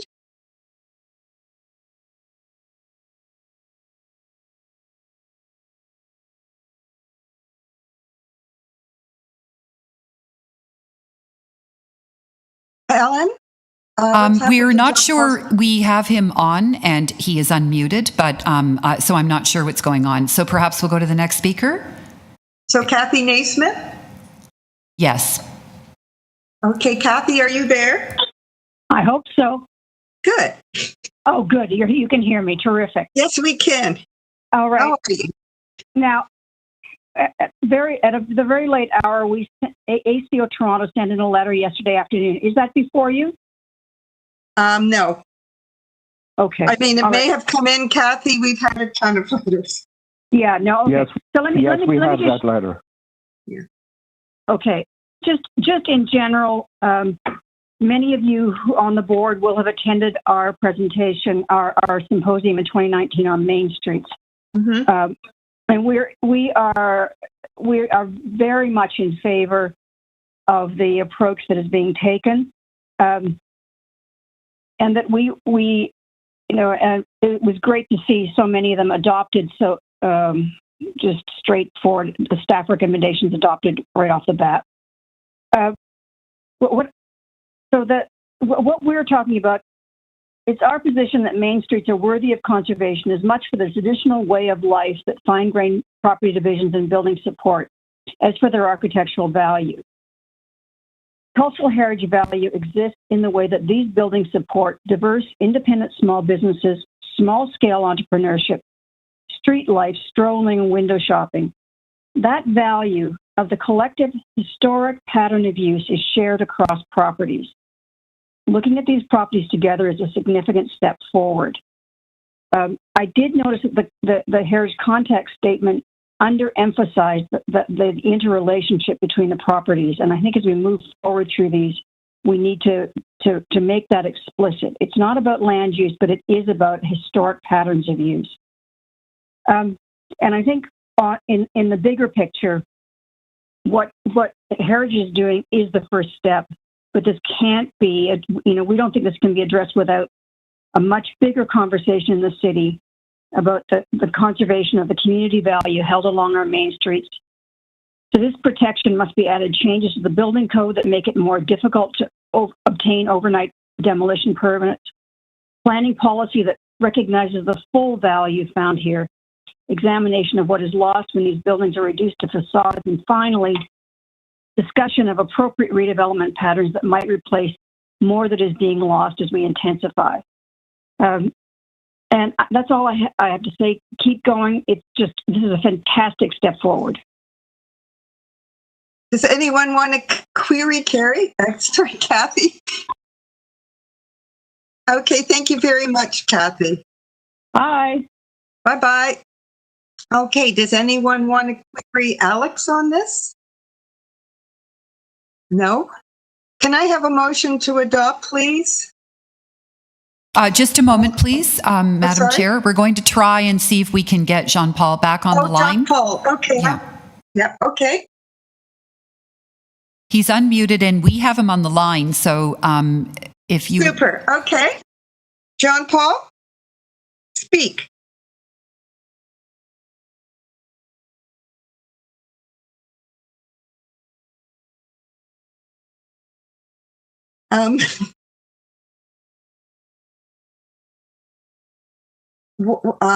Ellen? Just a moment.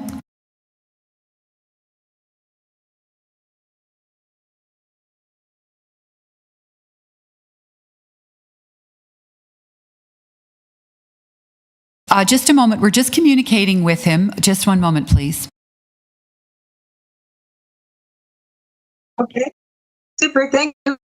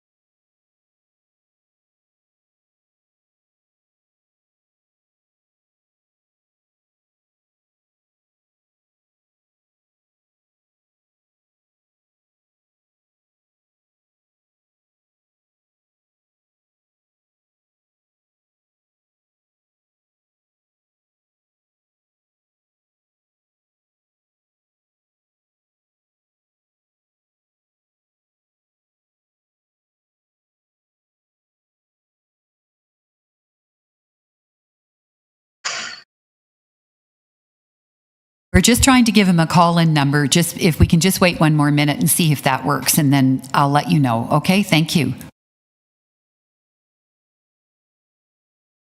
Okay.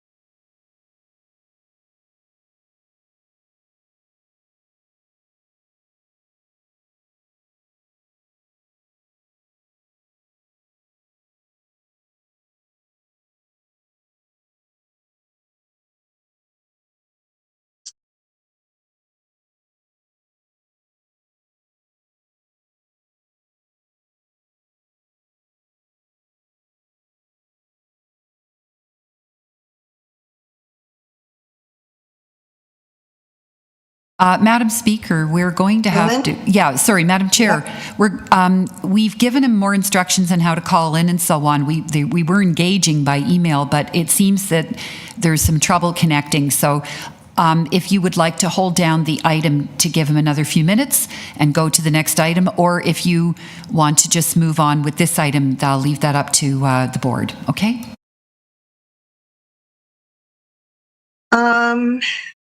I'd really like to keep moving. And so can we go to 19.9? We also have speakers there. Just wondering, what's 19? Okay, 19.9. Blah, blah, blah. Why don't we go to 19.9 and then come back? If he's on the line, fine. If he's not, I think we just have to keep moving and vote. Okay, thank you. So let's move on to 19.9. Alex, this is the inclusion on the City of Toronto's Heritage Register of Ossington Avenue properties.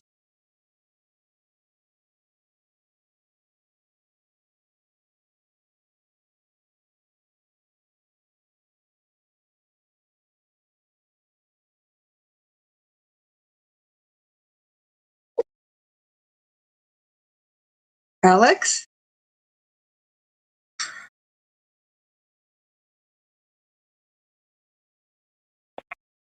Hello, can everyone hear me okay? Yes, we can. Okay. Sorry about that. I was having some connection issues on my end, but let me just share my screen. I can't imagine that today. I've been doing so well so far, but... Yeah, you have. This is the last meeting till January. Keep that in mind.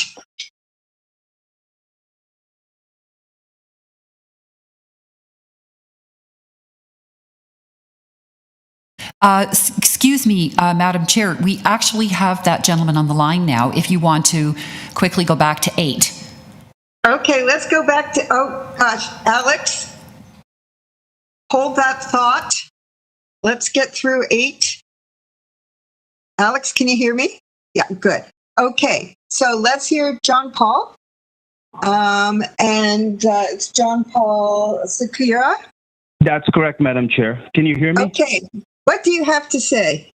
Thank you very much. I just wanted to talk to you a little bit. So, good morning. I'd like to thank you for this opportunity and allowing me to speak to the Toronto Preservation Board regarding my listing of 1134 Queen Street West on the Toronto Heritage Registry. I would like to take a moment to give you a little bit of a background about myself. My parents and I came to Canada in 1979 and settled in now what is known as Little Portugal. Because my father worked for a company at that time called Spadina Road, which was located on 6 Lisgar Street. In the early 80s, my parents bought the property. This has become our family home. Since the purchase of the property by my parents, we have always only used it for our family and never has been rented. Therefore, this has never been to us as an income property. It's more a family home. When my parents bought this property, my father embarked on some necessary structural maintenance. But while he did that, he refused to destroy or cover up any of the brickwork on the second story of the property. Staying true to his Portuguese heritage, he loved brick and thought it was a shame to cover it up or destroy it. I have inherited the same appreciation for the brickwork. Unfortunately, in recent years, due to the rapid construction of many new condo towers and other developments in the neighborhood, the brick face on my property has rapidly deteriorated due to debris and construction dust from the prevalent use of construction materials in the last decade or so in this area. While I appreciate the revitalization of the neighborhood, I have always been very saddened by many historical relevant buildings being demolished, including 2 buildings on my block that were torn down to make way for the Drake Hotel expansion. I agree. Many of the properties on the Queen West should be listed in the Toronto Heritage Registry to ensure that the community continues to maintain the look and feel that make it a unique neighborhood. However, I do question why that my specific block, only those of us who were independent owners had been included on the listing other than the landmark Drake Hotel. I would like to thank the staff for the Heritage Preservation Service Department for taking the time last week to explain to me why these properties were excluded. I respectfully would like to point out that while these properties are not being listed because they have gone through some changes to their face fronts, they all continue to maintain one or more attributes that also give them cultural heritage value. For example, covering up brick with stucco, tile, or siding should not mean that you're not of cultural heritage value, therefore a non-contributing property. Every property on this block has made some changes to their face front since they were built. None of them are in their original condition, including mine. Therefore, if you're going to list some, you should list all. Of course, except the new build of the Drake. I hope that you've gathered that I am not opposed to of having my property listed. However, I do object to being misled.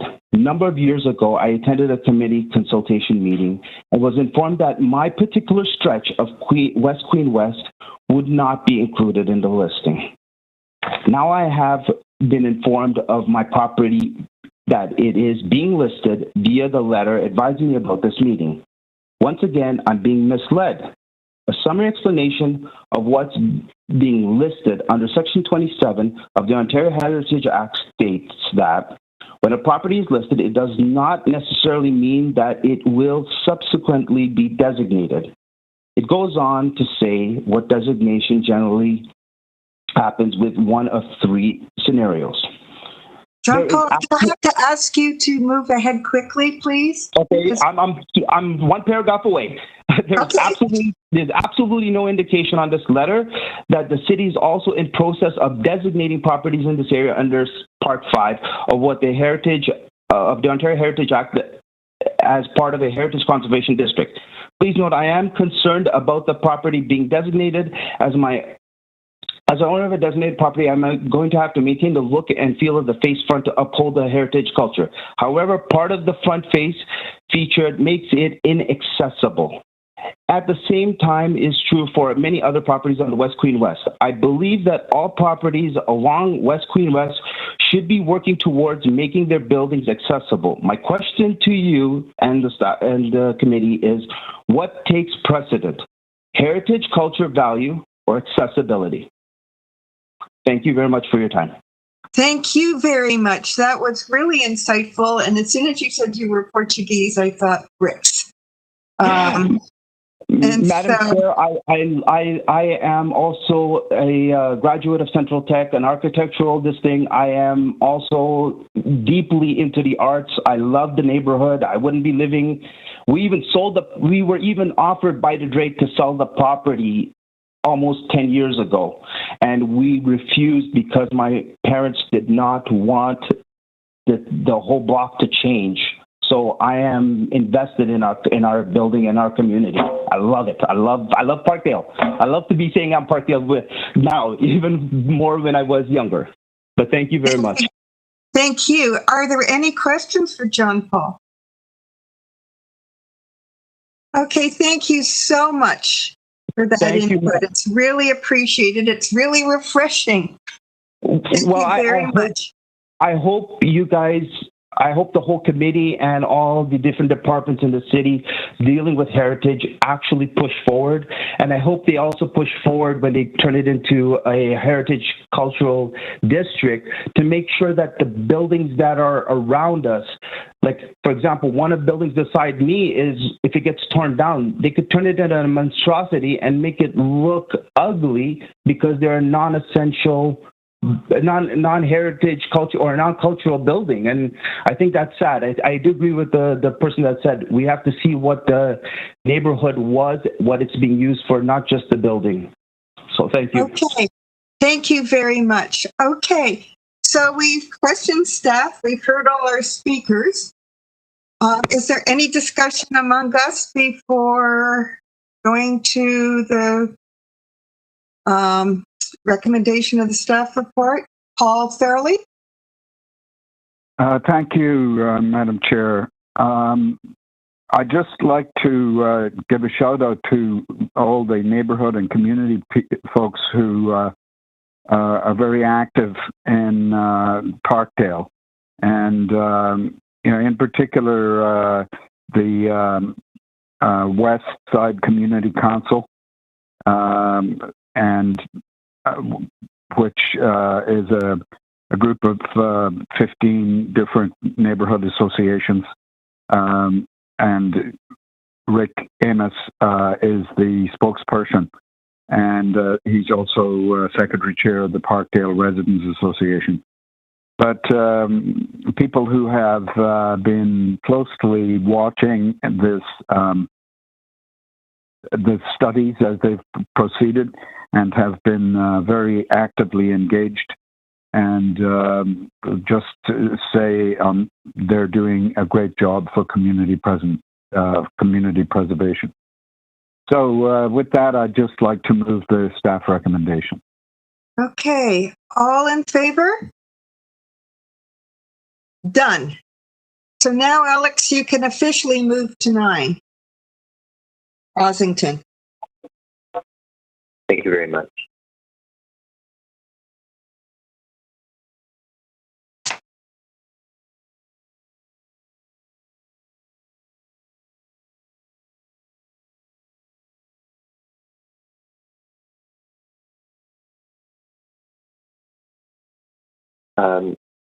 Ossington Avenue, Queen Street West to Dundas Street West.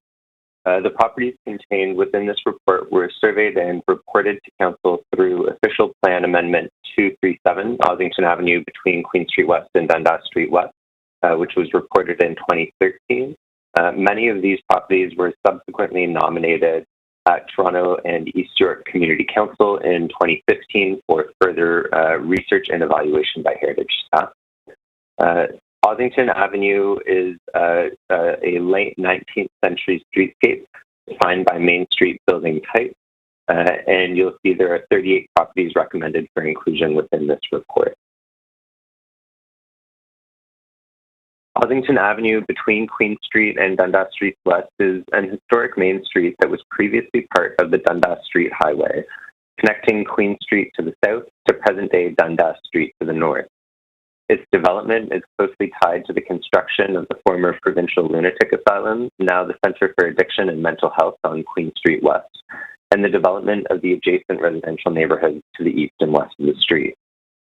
Ossington Avenue was primarily developed in the late 19th century with a strong Main Street character, comprised of rows of Main Street commercial properties, along with civic buildings, including a library, a post office, and fire hall, which together contribute to its present-day context and an understanding of its historic role as a significant main street for the surrounding neighborhood.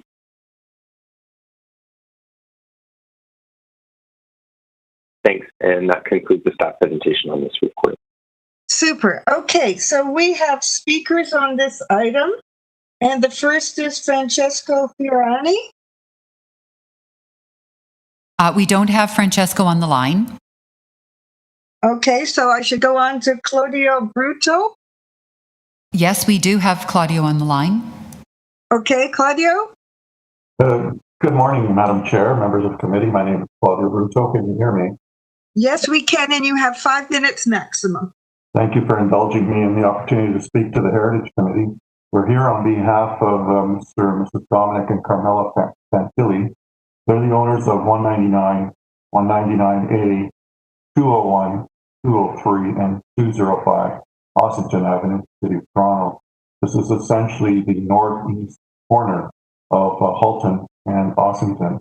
Our clients have been monitoring the progression of the Heritage District listing analyses, and while they do support the Heritage movement and designation, we just wanted to bring to the forefront today that the buildings that they do own, wherein they operate their kitchen manufacturing production, they wish to advise by way of the photo essay that we prepared that the building over the years have been significantly transformed from their original condition to what we see their present day. I've attached a photo of that to my letter. And in fact, it's on the actual photograph that the staff member put up as part of the study. So we agree that the south-facing wall is essentially intact. However, the frontage has undergone considerable work. The rear of these properties, if you look at the photo that we provided, can show you that it is block construction and, again, significantly altered from the original building. So in essence, the facade, the southerly facade from our perspective is the one that really draws one's attention. In the future, our client will be seeking to redevelop the property and moving the kitchen manufacturing out to another location that they do own. They also want to bring to your attention that they own the property to the south of the existing brick facade along Halton Street. And so they would be looking at developing that. One thought that occurred to us would be to document the feature on site, the bricks as it were, and perhaps replacing them on the exterior wall and integrating them with the future building at whatever point that is to occur. At this stage, we simply wanted to be on file and to be noted that our client has some concerns about the heritage designation, or not designation, but the listing, but we also want to be working with the city on a future redevelopment that might consist of removing, cataloging those bricks and then reusing them on that particular facade. So that's really the summary of our presentation. I'd be happy to take any questions that the committee might have at this stage. Thank you. Fantastic. Thank you very much. Are there any questions for Claudio? Okay, thank you, Claudio. Thank you. Have a great day. You too. Last speaker is Michael Fantilli. No, sorry, we do not have him on the line. Okay, so we're done with our speakers. Okay, so now questions of Alex, staff? None? Okay, can I have a motion to adopt? Kim, all in favor? Okay, it's carried. So now we go to item 10. Oh, okay. Here we go. Item 10. Oh, this is the Forest Hill Village properties. The people who moved out of my neighborhood when it became apartment filled and too common for them, built Forest Hill Village. Alex. Thank you very much.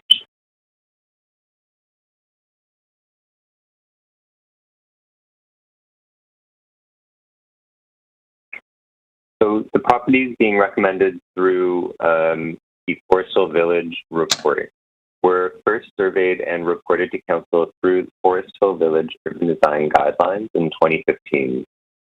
Forest Hill Village, which is centered along Spadina Road at the intersection of Lonsdale Road, is primarily defined as a Main Street 20th century village character with Main Street building type, and there are 16 properties being recommended for inclusion within this report.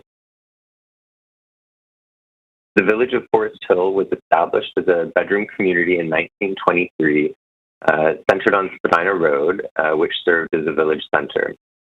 Forest Hill was a planned community, with the village council placing restrictions on industrial uses in the village in order to maintain its suburban character and a high quality of life.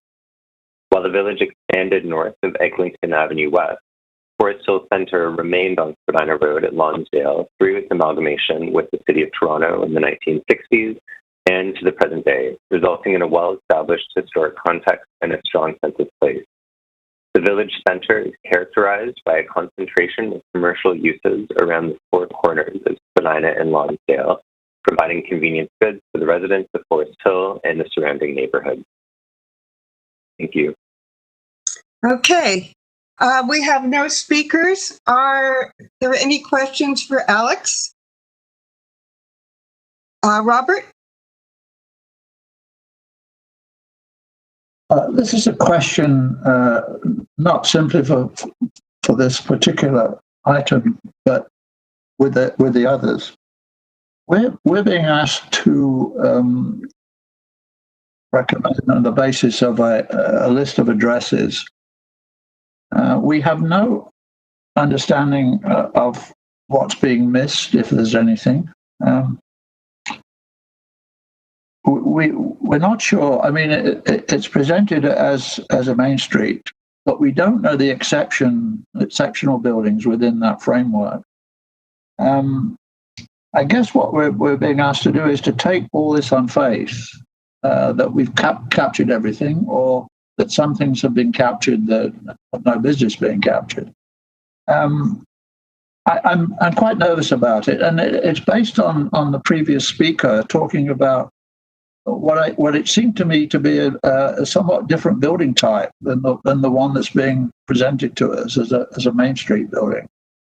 I'm not sure of the detail of it, but so much of Main Streets are a particular type, but a lot of it is other types or unusual circumstances. And I wondered whether we're capturing those. Okay, is that, I think, Tamara, is that for you? The other part of the question is, what about the ones that are not listed? Does that give them license to demolish without notification? Okay. Mark? Yes, through the chair, I had sent, given the volume of the work that we were dealing with the backlog, I had, in addition to the decision histories within each of the reports, also provided the supplementary material or the background when all these planning studies and the heritage inventories were there. So, Bob, I'm not sure if you had the opportunity to read those. They were extensive, and I apologize to the extent of the amount of work that was there. But it really is within that context of those studies, in this case, the urban design guidelines, that we started identifying. One of the observations I've had, Bob, is that, and we're thinking a little bit about that of process, is how do we engage the panels in the districts to have their input, so that it's at that moment that these questions that you're asking are being addressed, as opposed to it being exclusively when the product or the assessment and analysis is done. So current practice right now is we have created heritage focus groups for our various studies, and we invite each panel to send a representative to that focus group. And so that, I think, is something we're working towards as a better methodology. What we have felt is and see as best practice is that we're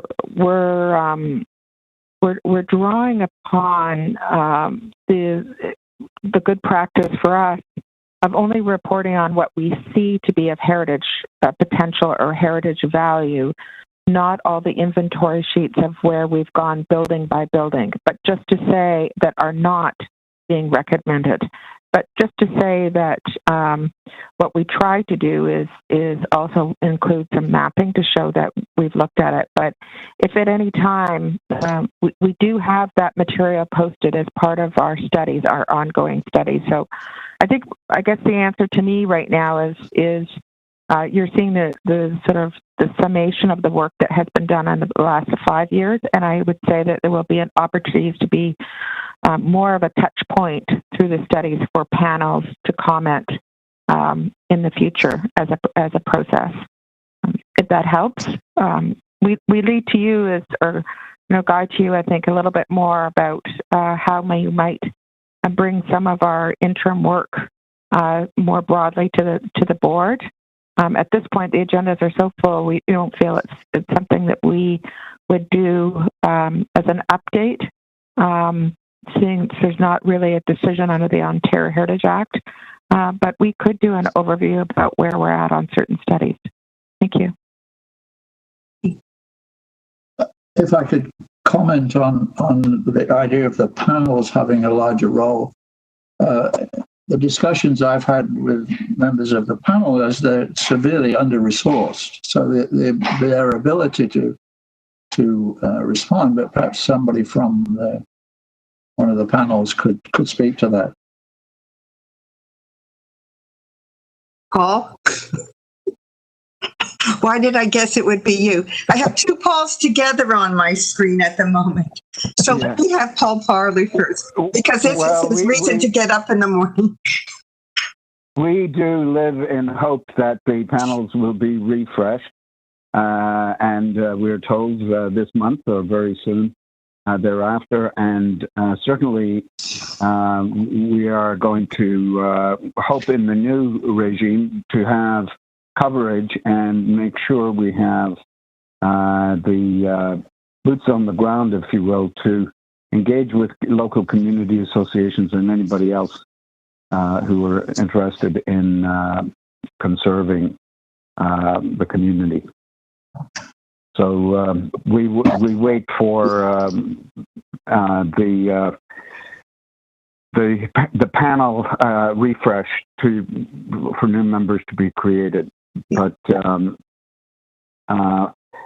it is a good point, though, with respect to the work plan and how we might keep in touch with work that is going on that is going to have an effect on the heritage in communities. A lot of this work comes out of planning, community planning, and other activities. So maybe we could have a way to get up to speed once in a while on what's going on in these districts. Okay. Paul Cordingley, do you want to make a comment too? Yes, I my comment's very similar. Although we're not necessarily flush with people, I think this is something that the members of the panel that are engaged in work would treat as a priority, and I think they would see it as a good place to put their time and effort, and it would certainly, I think, help the ability to communicate with the city staff on various things, and it would also fill in gaps in what we know is going on. So I would welcome it. Yeah. Okay. Could I just comment on that? Okay. Go ahead. The other thing I think should be considered is that those panels should have some professional resources at their disposal. Mm-hmm. And I know I've talked to at least one of the polls about this, and I mean I think there should be staff resources provided to the panel so that they can get a full understanding of what's happening and how things should be tackled. Anyways, that's a discussion. I hear you. And I think the panels would agree. But at this point, I think we have to get back to the agenda item, which is the adaptation of the staff report for Forest Hill. But I think these are points that have been brought up by the working group report, by individual panels. It certainly is raised in every one of our briefing meetings, so I think we're well aware of that need. And it'll be a question of how staff or professional resources from even the board can help the panels. I had another point that I raised. Yeah. Which has to do with the buildings that are not listed. Are there circumstances where we have blocks of adjoining buildings, Main Street buildings, where there are 2 or 3 or less or more unlisted buildings within that block. Should we be fearful about the missing teeth within a block? Yeah. Tamara, do you want to respond to that officially? So all of these planning studies have urban design guidelines or associated planning policies that provide for a mix and appropriate managing of change. I would say our professional team has brought forward the best options and policies. So I believe that we've done our due diligence. Thank you. Okay. Okay, so so I will move Forest Hill. Okay. Move the staff recommendations. I lived there for a decade. It's great to be able to see it preserved, or at least 18 buildings of which. Well, as I always say, from our generation, the village did not necessarily mean Yorkville when you were going to the village. So anyways, with that, who is in favor of adopting the staff report? Okay, it is carried. So it's Paul Farley moved, and we've carried it on.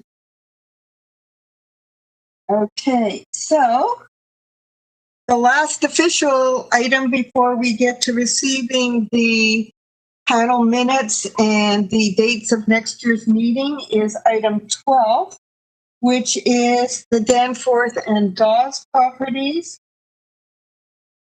Officially, it is inclusion on the City of Toronto's Heritage Register, Danforth Avenue, Coxwell Avenue to Victoria Park Avenue, and Dawes Road properties. Alex, shoot.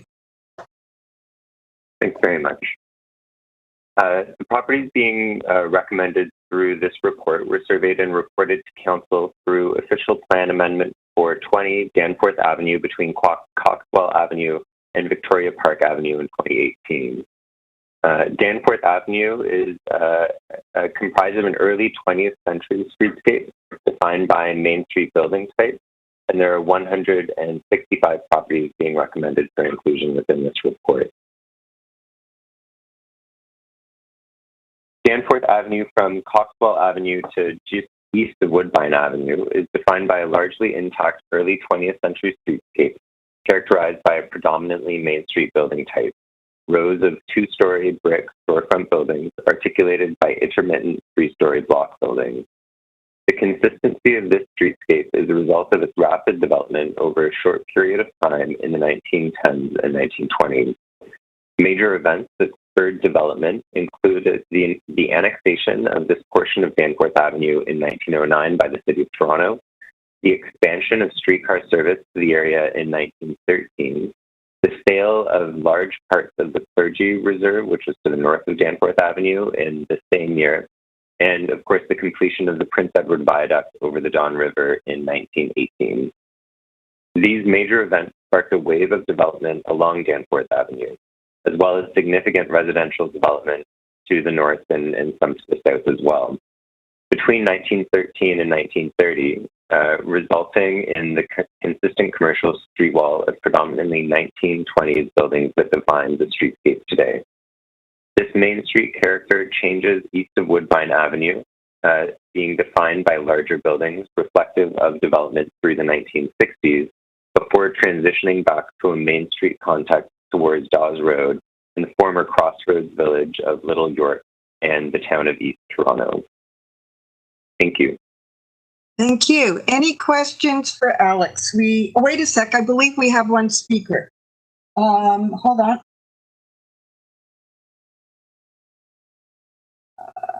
Sorry. I think it's Sheila Wong. Is that correct? Yes, it is. Hi. Yes.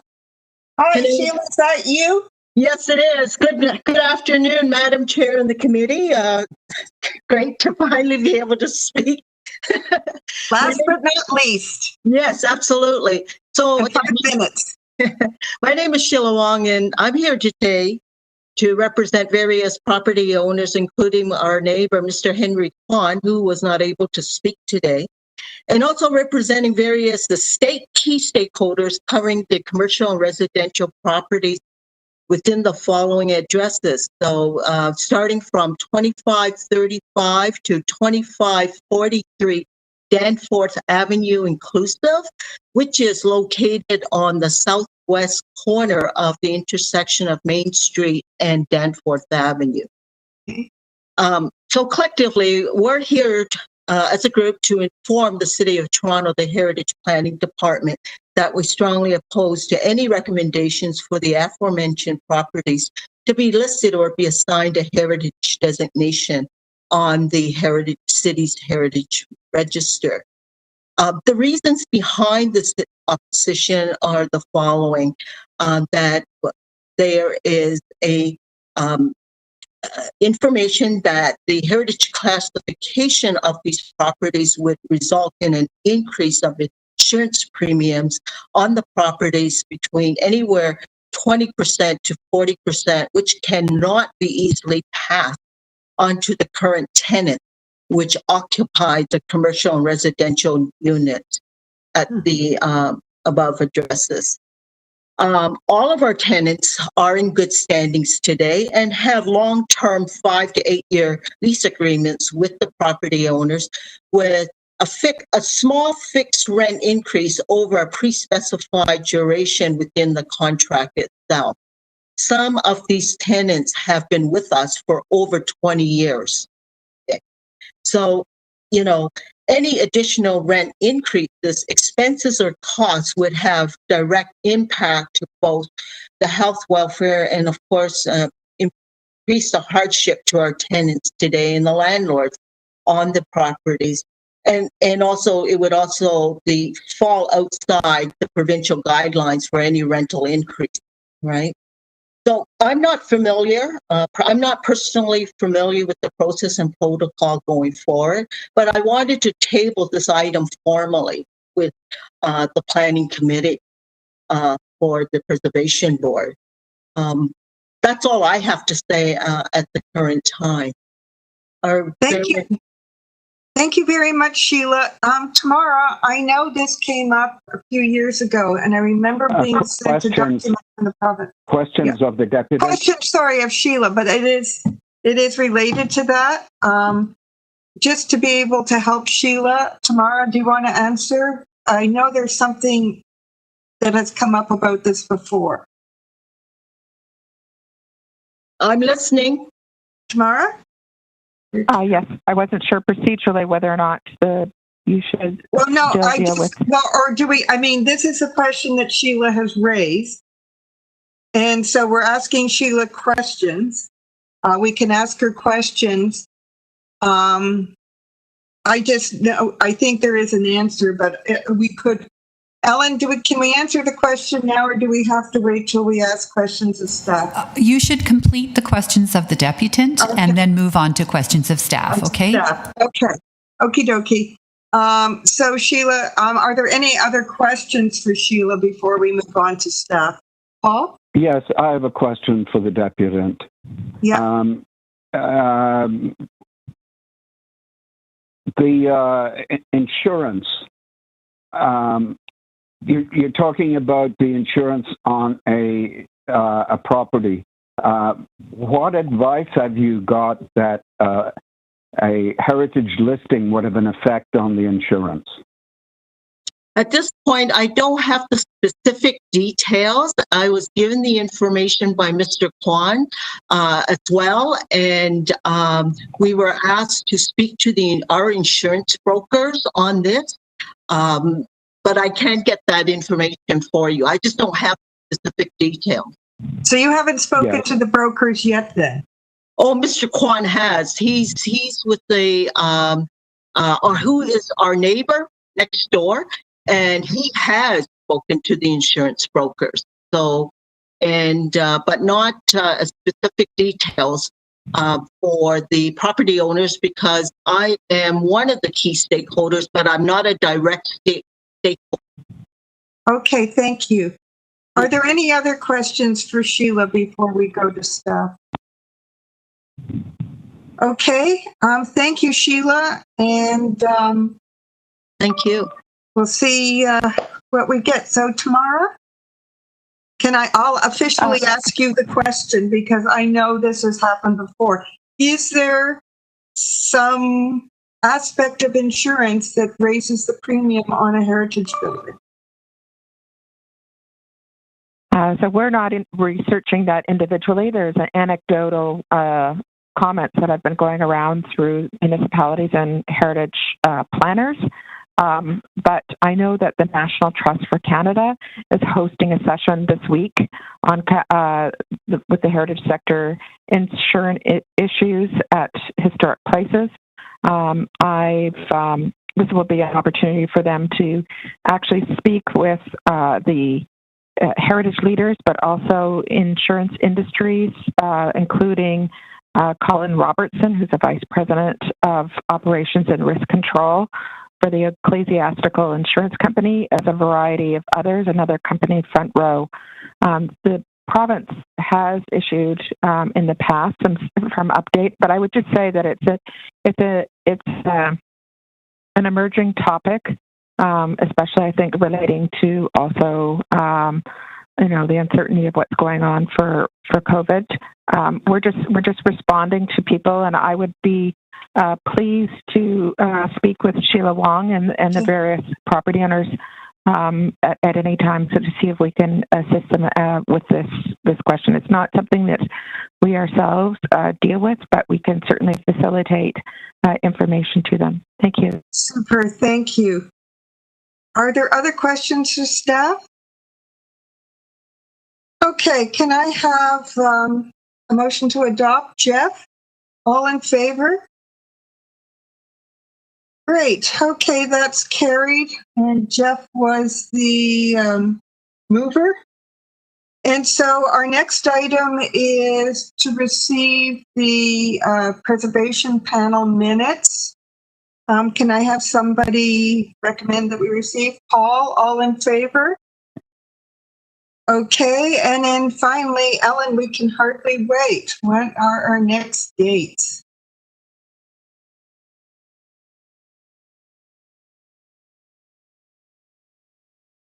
Ellen? They are attached to the item and they're posted.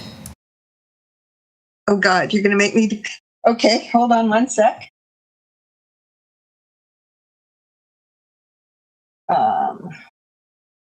Okay. Sandra, I'm seeing on the city's website that these items have already been received. I don't know did that already happen, Ellen? How could it be received?